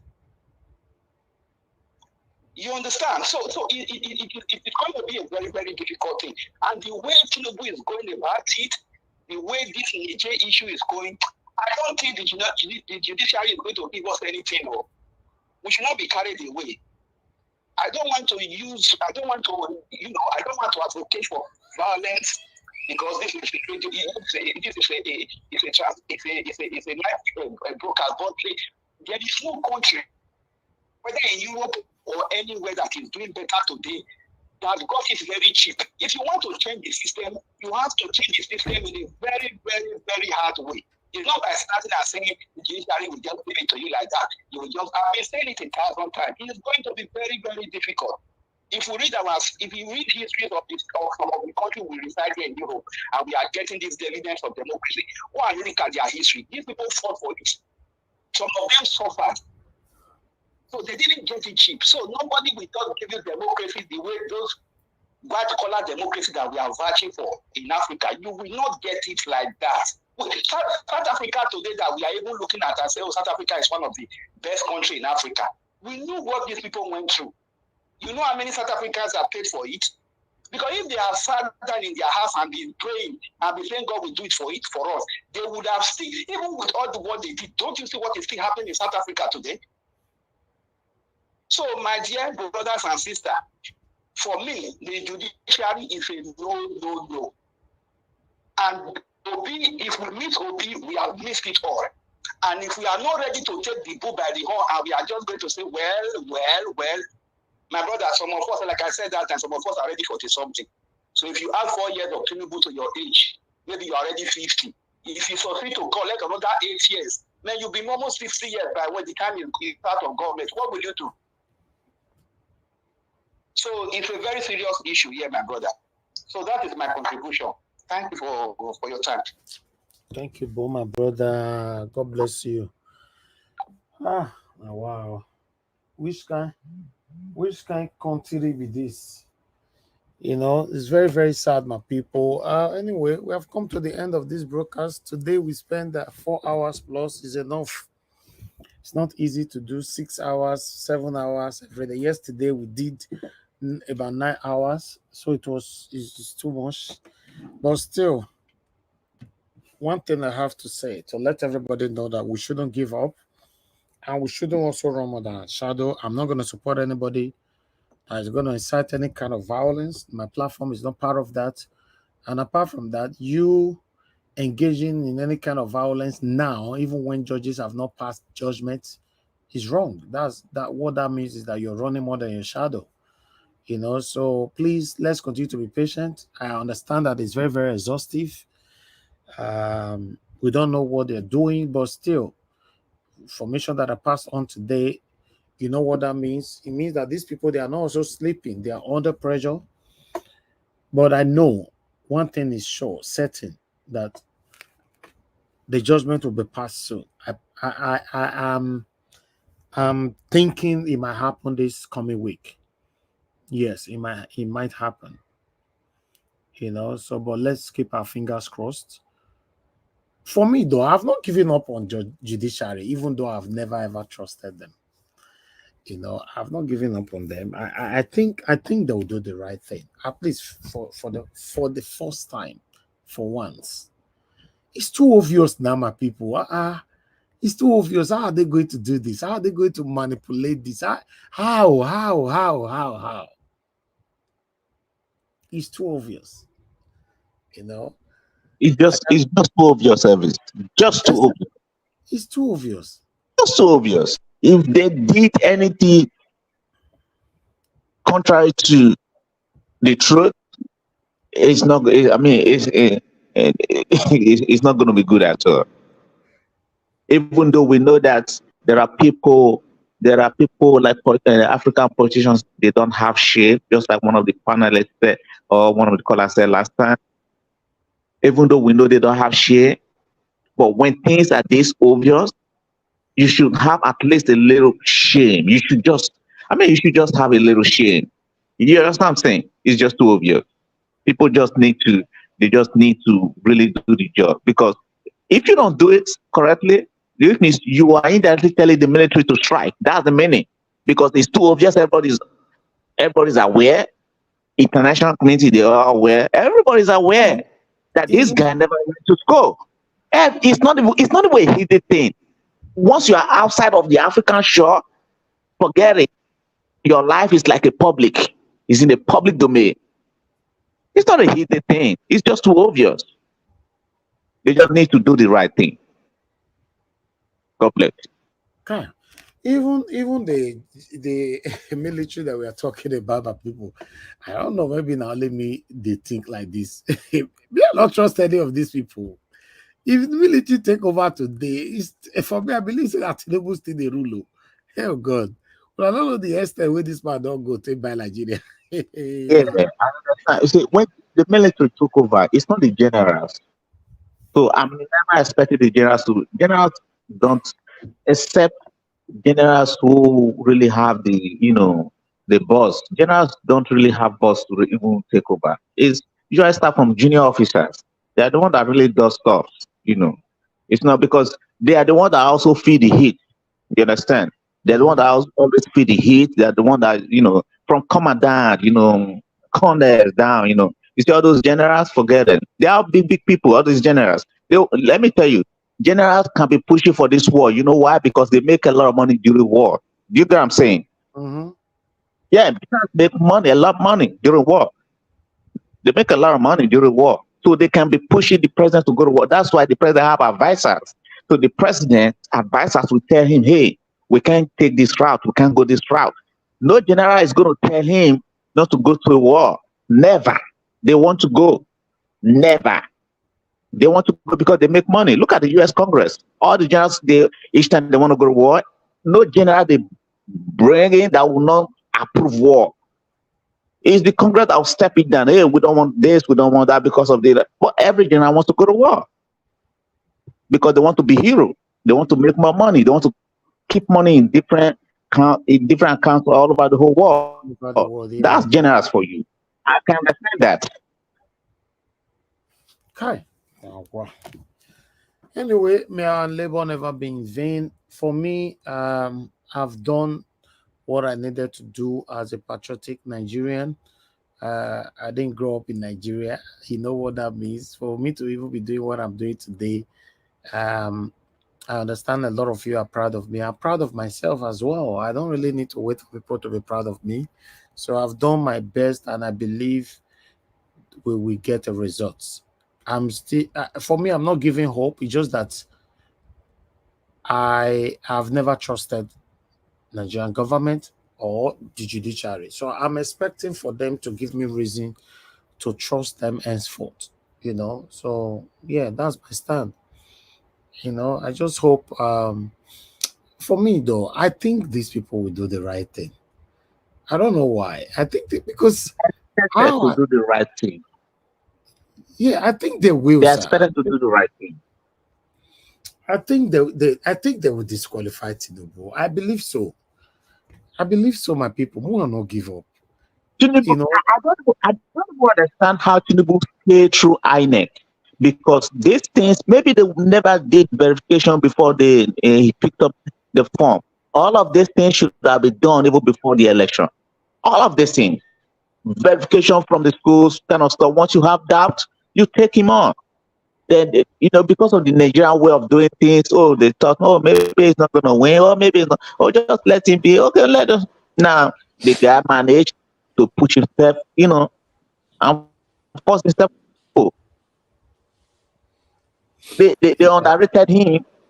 They didn't even want. They say, oh, because APC have done it very bad for the past, so people are not going to. Of course, people didn't vote him, but if the guy paid money to INEC commissioner, because where did it really happen? I think from the commissioner's table, INEC commissioner in each of the various states.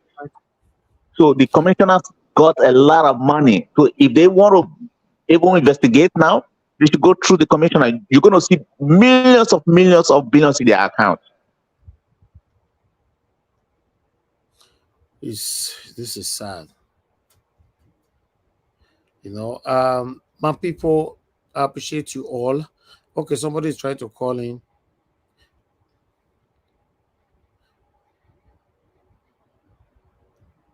Okay, let me just call. Mr. Ifeanyi just sent me some money. Mr. Ifeanyi, I believe that's why you were calling him. Let me call you back. Thank you so much. I just got your to send to me right now. 5,000 naira. May God bless you. I don't know if that's why you were calling. Okay, you. Hello, sir. Hello. Hello, sir. Good evening from Nigeria. Thank you, sir. Thank you. I got your missed call. I wanted to call you back. I just saw you sent me a receipt of 5,000 naira. May God bless you, sir. Thank you. I really do appreciate this. It's well. It's well. Thank you, sir. God bless you, people. I don't really have much to say. I've been listening. Thank you, sir. May God bless you. God will continue to do His work in us. Let the judiciary, that's all we are saying, let the judiciary do the right thing. But if they refuse, then we will take another option to restore our country, because we can't continue like this. We can't. The suffering is too much. The suffering is too much. And those few people, those satanic, wicked people, are just there with their family, oppressing us, oppressing 200 and something million Nigerians. It is not right. And I thank all the panelists. I thank all the people that have commented. God will continue to strengthen us until success is achieved. Thank you very much. Amen. Thank you, sir. God bless you. Thank you, sir. Yeah. Wow, that's wonderful. That's a wonderful gift all the way from Enugu State. You know, that's our strong supporter from Enugu State. You know, thank you very much, every one of you that is supporting me all over the world. I want to say I'm grateful. All of you that is praying for me, praying for us. I want you all to know that it's a collective effort. The reason why Peter Obi is where he is today is because you are there with him. So the reason why I'm here today is because you are here with me as well. So it's a collective effort. It's not one man job.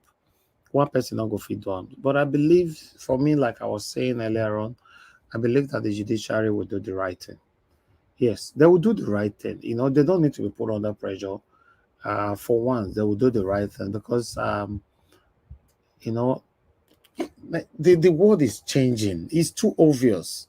It's too obvious. They can't afford to do this. No, they cannot. No.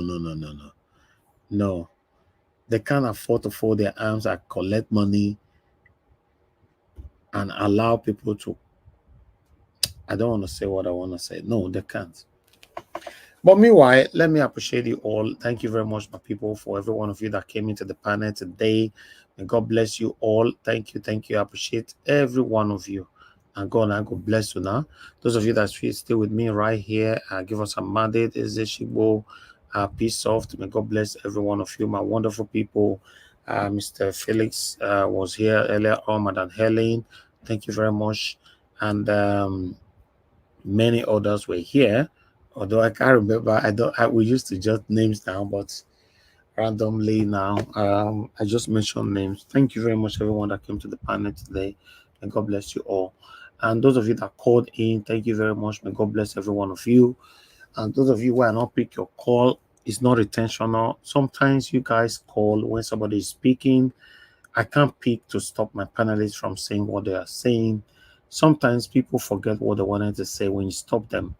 You know, like that, you know. So although I do my best sometimes to call people back, but I cannot call everybody back. I want you guys to understand I do my best to call one or two back, But I want to appreciate you all. Thank you very much. Nobody is better than anybody on this platform. I want you all to know that I respect everybody equally, you know, and every prayer that people pray for me, I share with every one of you, that mean well for me, that mean well for Nigeria, that want a better Nigeria, you know, because it's a collective effort. And those of you that super chatted me today, I want to say thank you very much. I would like to recap as usual. Maka Fojabi started it today. Thank you very much. Amazing Grace USA, you did it twice. May God bless you. Bella Naomi, Madam, thank you very much. Pretty AJ, thank you. J. Ikem, thank you. Sue Berry, thank you very much. Martin Benjamin, thank you very much. You did it twice as well. God bless every one of you, my people. May God bless every one of you that is genuinely supporting us here. And those of you that sent money to me in Nigeria, okay, it's only one person today.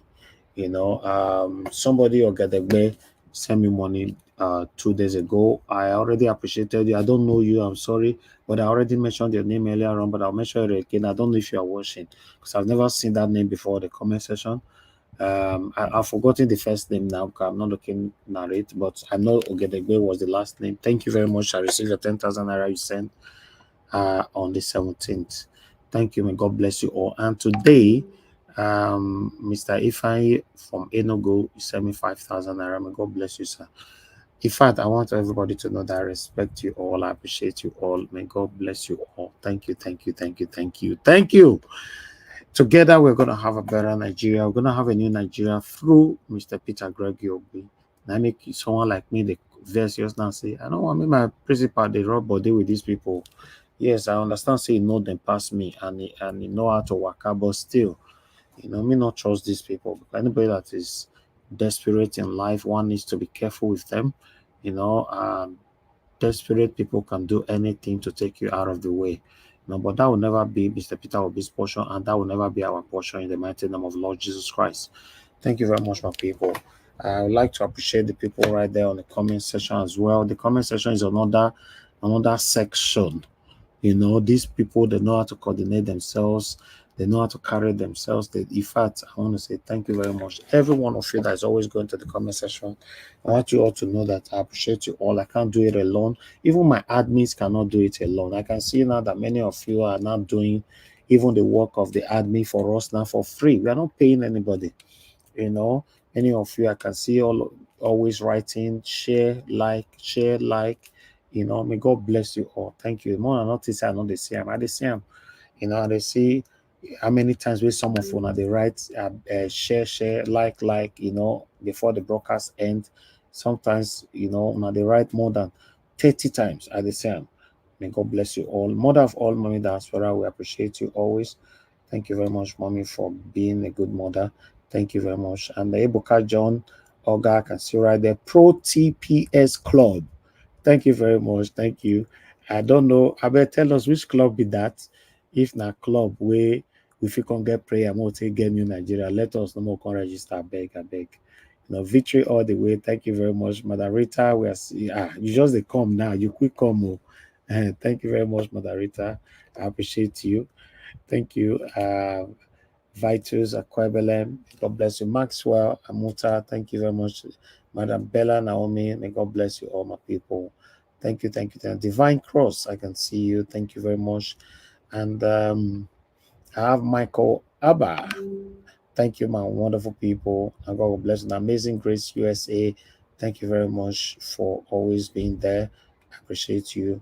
Thank you, Arena Day or Labisi. Thank you, Kingsley Ogeria. Hey, thank you, my good people.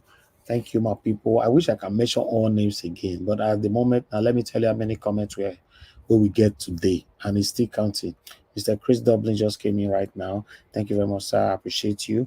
Good evening to you. Okay, the total comment that we got today now is 2,972. 2,973 now. Madam Naomi just Naomi Bella just put, okay, it's now 2,774 now. More people are adding. So it's about almost 3,000 comments. You know, sometimes it's even low today though. It's low because people don't turn out to the weekend. Our average comment in every day, Monday to Friday, is between 7,000, 8,000, 9,000. Our maximum we've got here, you know, was 35,000, you know, in a day. That was like 2 years ago or 3 years ago.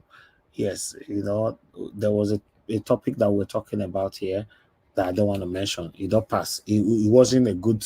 It was a good topic, but it wasn't. I don't want to bring the memory back of the person again. Yeah, but a lot of people turned up.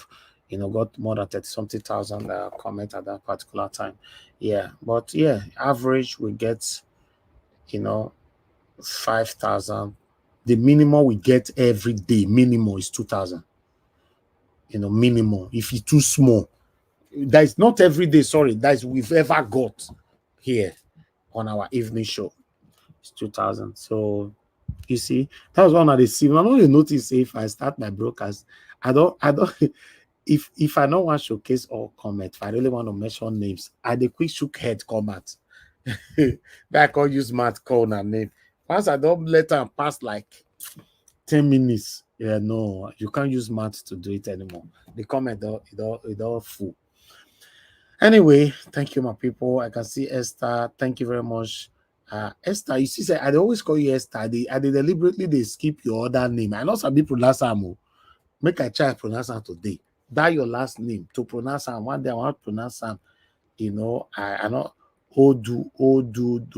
Bano. So it be better. I'll just call you Esther. Why I be pronounced? Let me say I know some of una since I know go. I know your play go the area of una so name. You don't know say I don't need trouble. And I don't want to put myself for trouble. You call you the name where I see. So people they comment, they'll get 5 names. Inside that 5, now go choose one for inside with the middle where I know how to pronounce. I'll leave the rest. I don't want trouble. I go find one for inside. Because God, I have issue with pronouncing names. It's not easy. Thank you very much, Madam Esther. Thank you. We can't thank you enough as well. I God bless you now. Thank you, my people. Sometimes to end the broadcast, they be as it gets. Because this is another family we've built. I appreciate every one of you. I appreciate you all. Thank you, my people. But let's go. We're coming back again tomorrow. Tomorrow is Sunday. I might not come out early, like 6 p.m. No, but I'm thinking of coming out maybe between 7 or 7:30. But if what I'm going to do, if you finish on time, I might come out exactly 6. But because it's not Sunday, most I go be like I talked about before. Now me want make our mandate make the quick give us because coming out every day, Kai God, a lot of you understand. It's not easy. The wrong where I go wrong after we don't get our bad date. When I go to look for me, when I don't go see me. Oh, hey God. They look for me. But don't worry, Niger Watch will be on Niger Watch will be on 7 days a week. Now me, I'm talking about me. They look for me when I don't see me. God. I need to relax. In fact, I need 3 days or 4 days to sleep. By your sleep, eat, sleep. I never get evening rests since April last year till now. It's not easy. I even go holiday. I'm on a ticker now.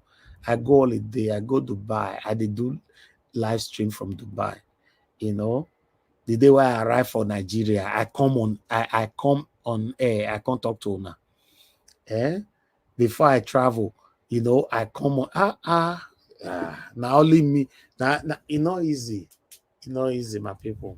It's just that the consistency, sometimes if I want to break it, if I think of some of you that is looking up to us, no, Nigeria will come out. That's a God.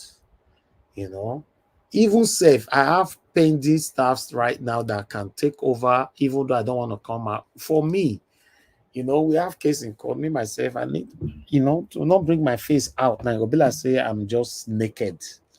So, but fingers crossed, none of us will labor in vain in Jesus' name. Thank you, my people. I appreciate you all. Thank you. I got to go right now. We've tried today. 5 hours is not it's not easy. Even but tomorrow, if I beg, maybe you still let me still finish broadcast one day for 2 hours. The time when you say my quit just sneak, tell people say give your final submission. You just see people here they come. they press the link to come in.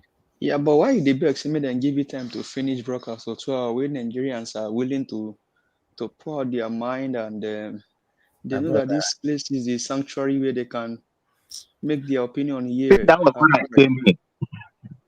Yes, I know, but I want someone to give me a final submission. I was like, oh, no way, I gotta come in.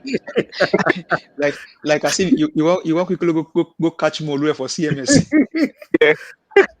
I noticed piece of where you say give final submission, you're wrong. I bet.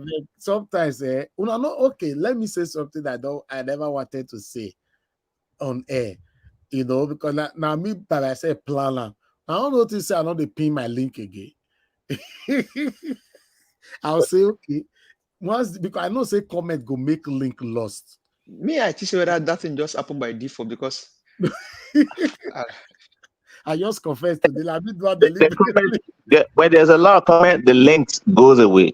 Exactly. So once link don't lost, me or your file like that, okay, I bet give some final submission. Now then you call see Madarita, I'll say, Mr. Heavy, post link. Oh, I say, God, this woman, let it be this again. Kai, you can see Chris Dublin. Guy Niger was post link. Say, Kai, even go reach, give us a mandate. Mr. Alex, I can say, he get people why I don't feel say, once they don't write down for that comment section, do you guys know that whenever you write on comment section, especially for the link, even though more than not verse for which I want to talk now, even though sometimes me pretend say I not see him. Today I want to let you know, say people in the comment section call the message me from WhatsApp. People are asking for link. You know how you do it? Once I see the link first time, I just copy it and keep it. Yeah, because it happens to me before that I was looking for the link, no link. Oh, where is the link? I say it's never going to happen again. Once I saw the link first time, I copy it, I just keep it. When I'm done, I just... now. That's for not talk this one on air. So now, so link don't become like dollar. Now then you can see Black Panther. Black Panther can say, I bet make a enter Joe. Say, hi God. Because listen, guys, sometimes I'm tired. I just want us to end the broadcast like 2-3 hours. Let's go. Then at that time, you can see Mandarita will come. You give her 5 minutes. You talk for 12 minutes. She'll come say final. Okay, let me give finally. You say finally when they give 5 minutes. You don't talk for 12 minutes. They say finally. That means that finally you can take another 6 minutes. 6 minutes plus 12 minutes, my people. How many be that? Yeah? Because God. No easy. Because people just want to add their view because of what's happening. People are just there to talk. People want to add their voice. They want to say solutions. Because everybody is bringing solutions to the Nigeria problem right now. Because our politicians refuse to think. They just refuse to think. So we are helping them to think. Yes, you are right. For me, that's why we are here. That's why we are here. But I think weekend. I understand, but make we come to more compromise. More they do Saturday and Sunday, maximum 2 hours. People must still know, understand. Saturday and Sunday, maximum. Me myself, I make sure say my introduction not go past for that 2 hours. My introduction not go past 20 minutes or maximum 20 minutes. Then we use the rest talk. And then you see now, say a piece of doctor people now made they copy link, me they go hide them. I didn't want to say, and I actually thought of it that if I say this here, a lot of people are going to take note of it, and then the next the panel is just going to be jammed. There, I might even not be able to enter the panel again. You see? Yes, you are right, Madam Rita. Yes, my presentations is over 2 hours sometimes, but if I want to have a 2 hours broadcast, obviously I will not allow my presentation to be more than a maximum of 20 minutes. I'll just make it within 5-10 minutes. I'll cut exact part I want us to talk about or bring only article talk about it, because everything we play on video anyway, there's article that represent the same thing, that is saying the same thing. I only just bring the video in for people to see it, differently. Somebody is calling in. 1 minute. Let me pick this call. Oga Francis, will be done close. I think say you don't sleep, Oga Francis. We never sleep now. Let me tell you why we Mr. Niger, what? Yes, sir.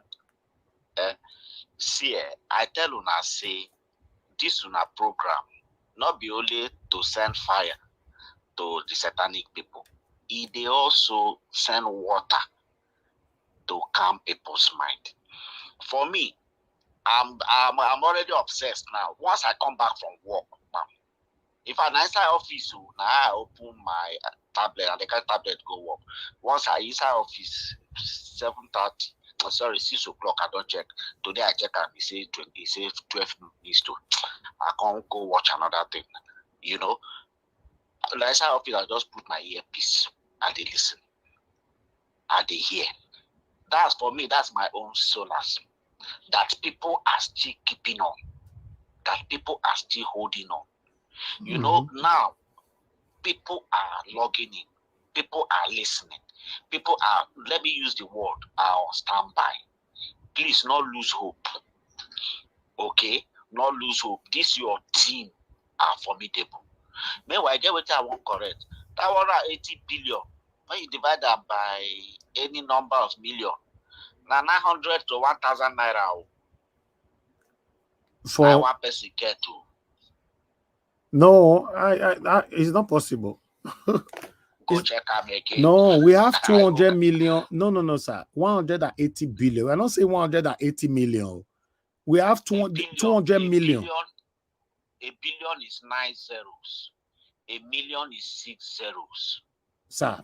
So like if you look at I use Edo State as an example, that for example, if you want to share 5 billion for 4 million people in Edo State, if you divide 5 million by 4 million, that's 1,250 naira per person. So because he might be right.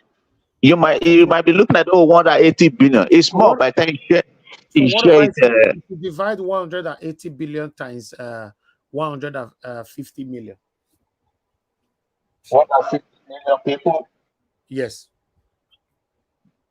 Just do calculation. You need scientific calculator though, because other if you divide it, 180 billion divided by 150 million.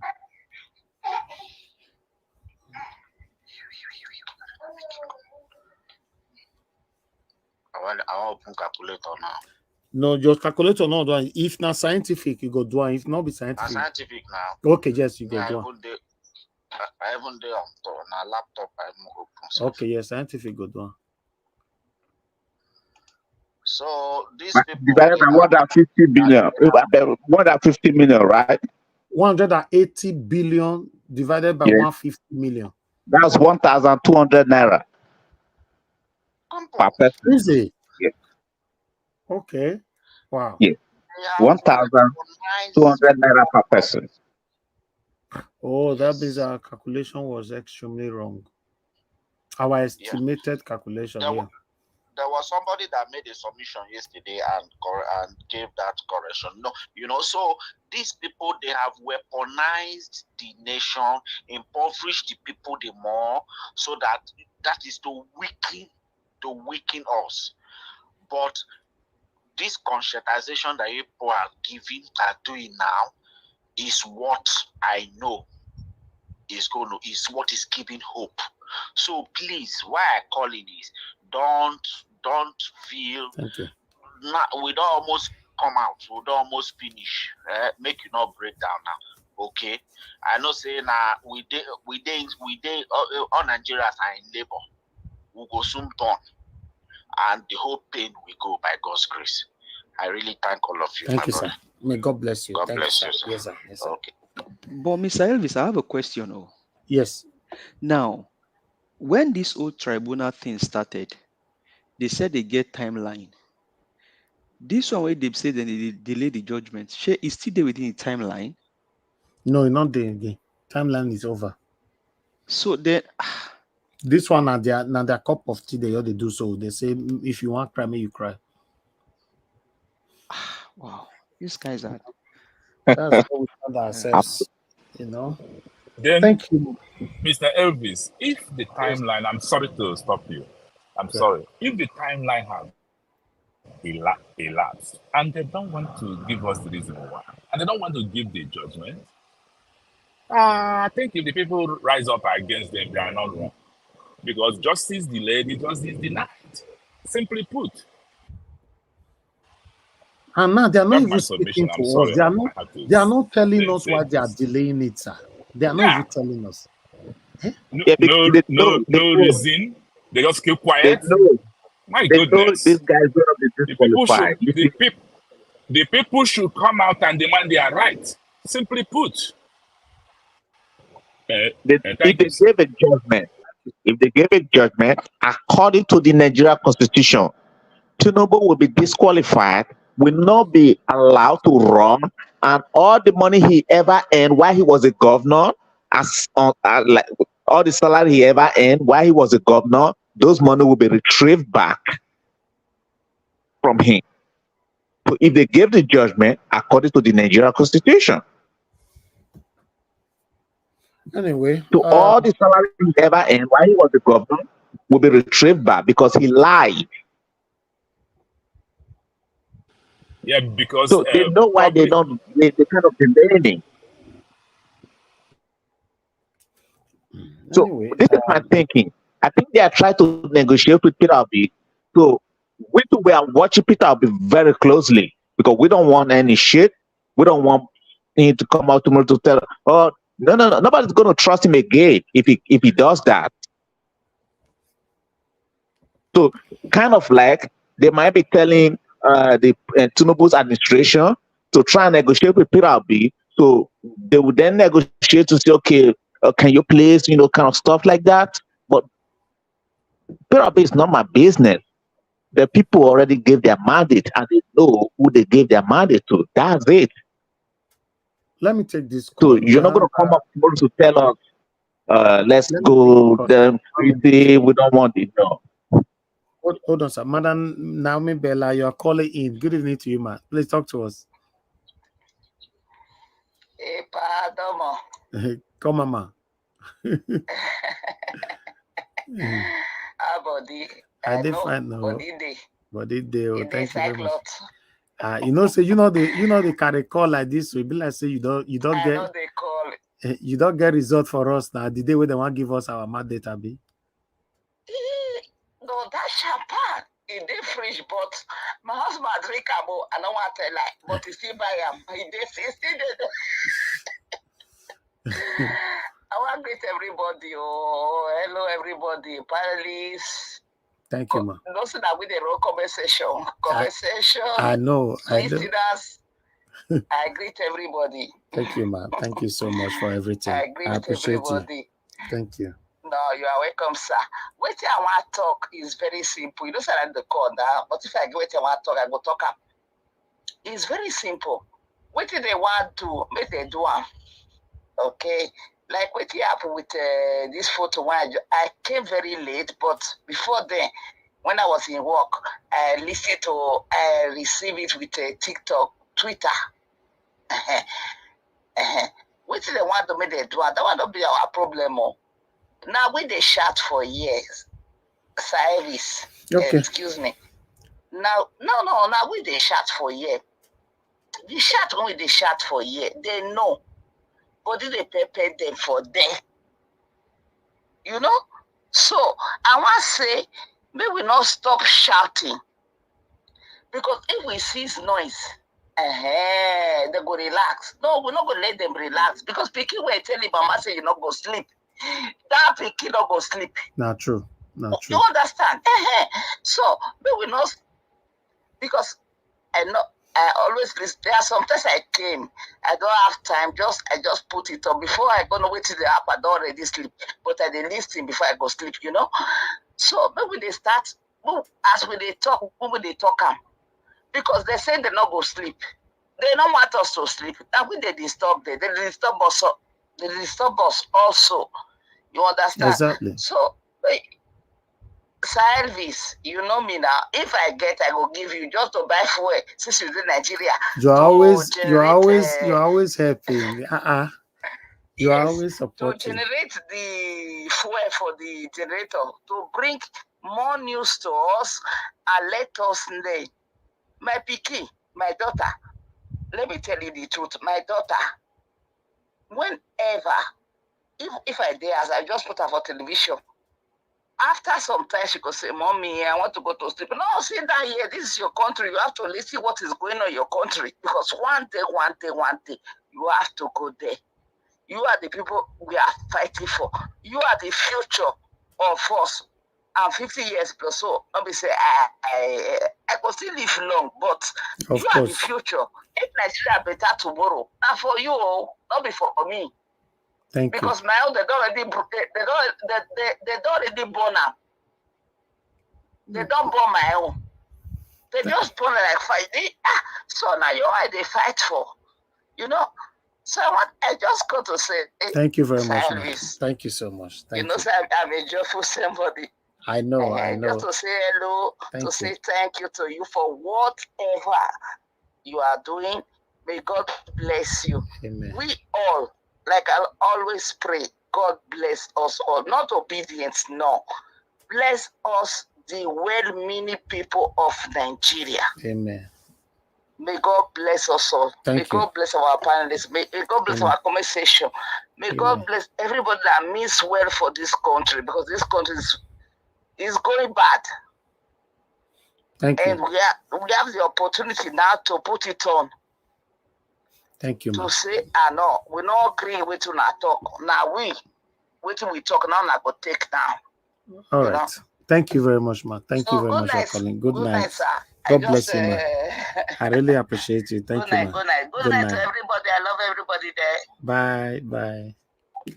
All right. Thank you very much. I can see all the comment section. Mr. Emmanuel Samuel, you said, Mr. Elvis, I would like to share my thought concerning justice of the tribunal judgment, but I hope to be online early tomorrow to share it. Yeah, that, to be honest, I'm looking forward to seeing you on the panel, sir.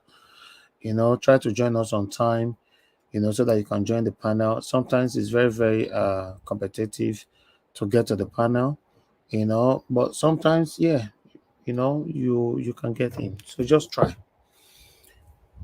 Yes, my people, let's end the broadcast to my people. I don't beg on attire. Let me quickly appreciate Amaka for JB for doing it again. He says super chat for our mandate, because we must surely get it in Jesus' name. Amen.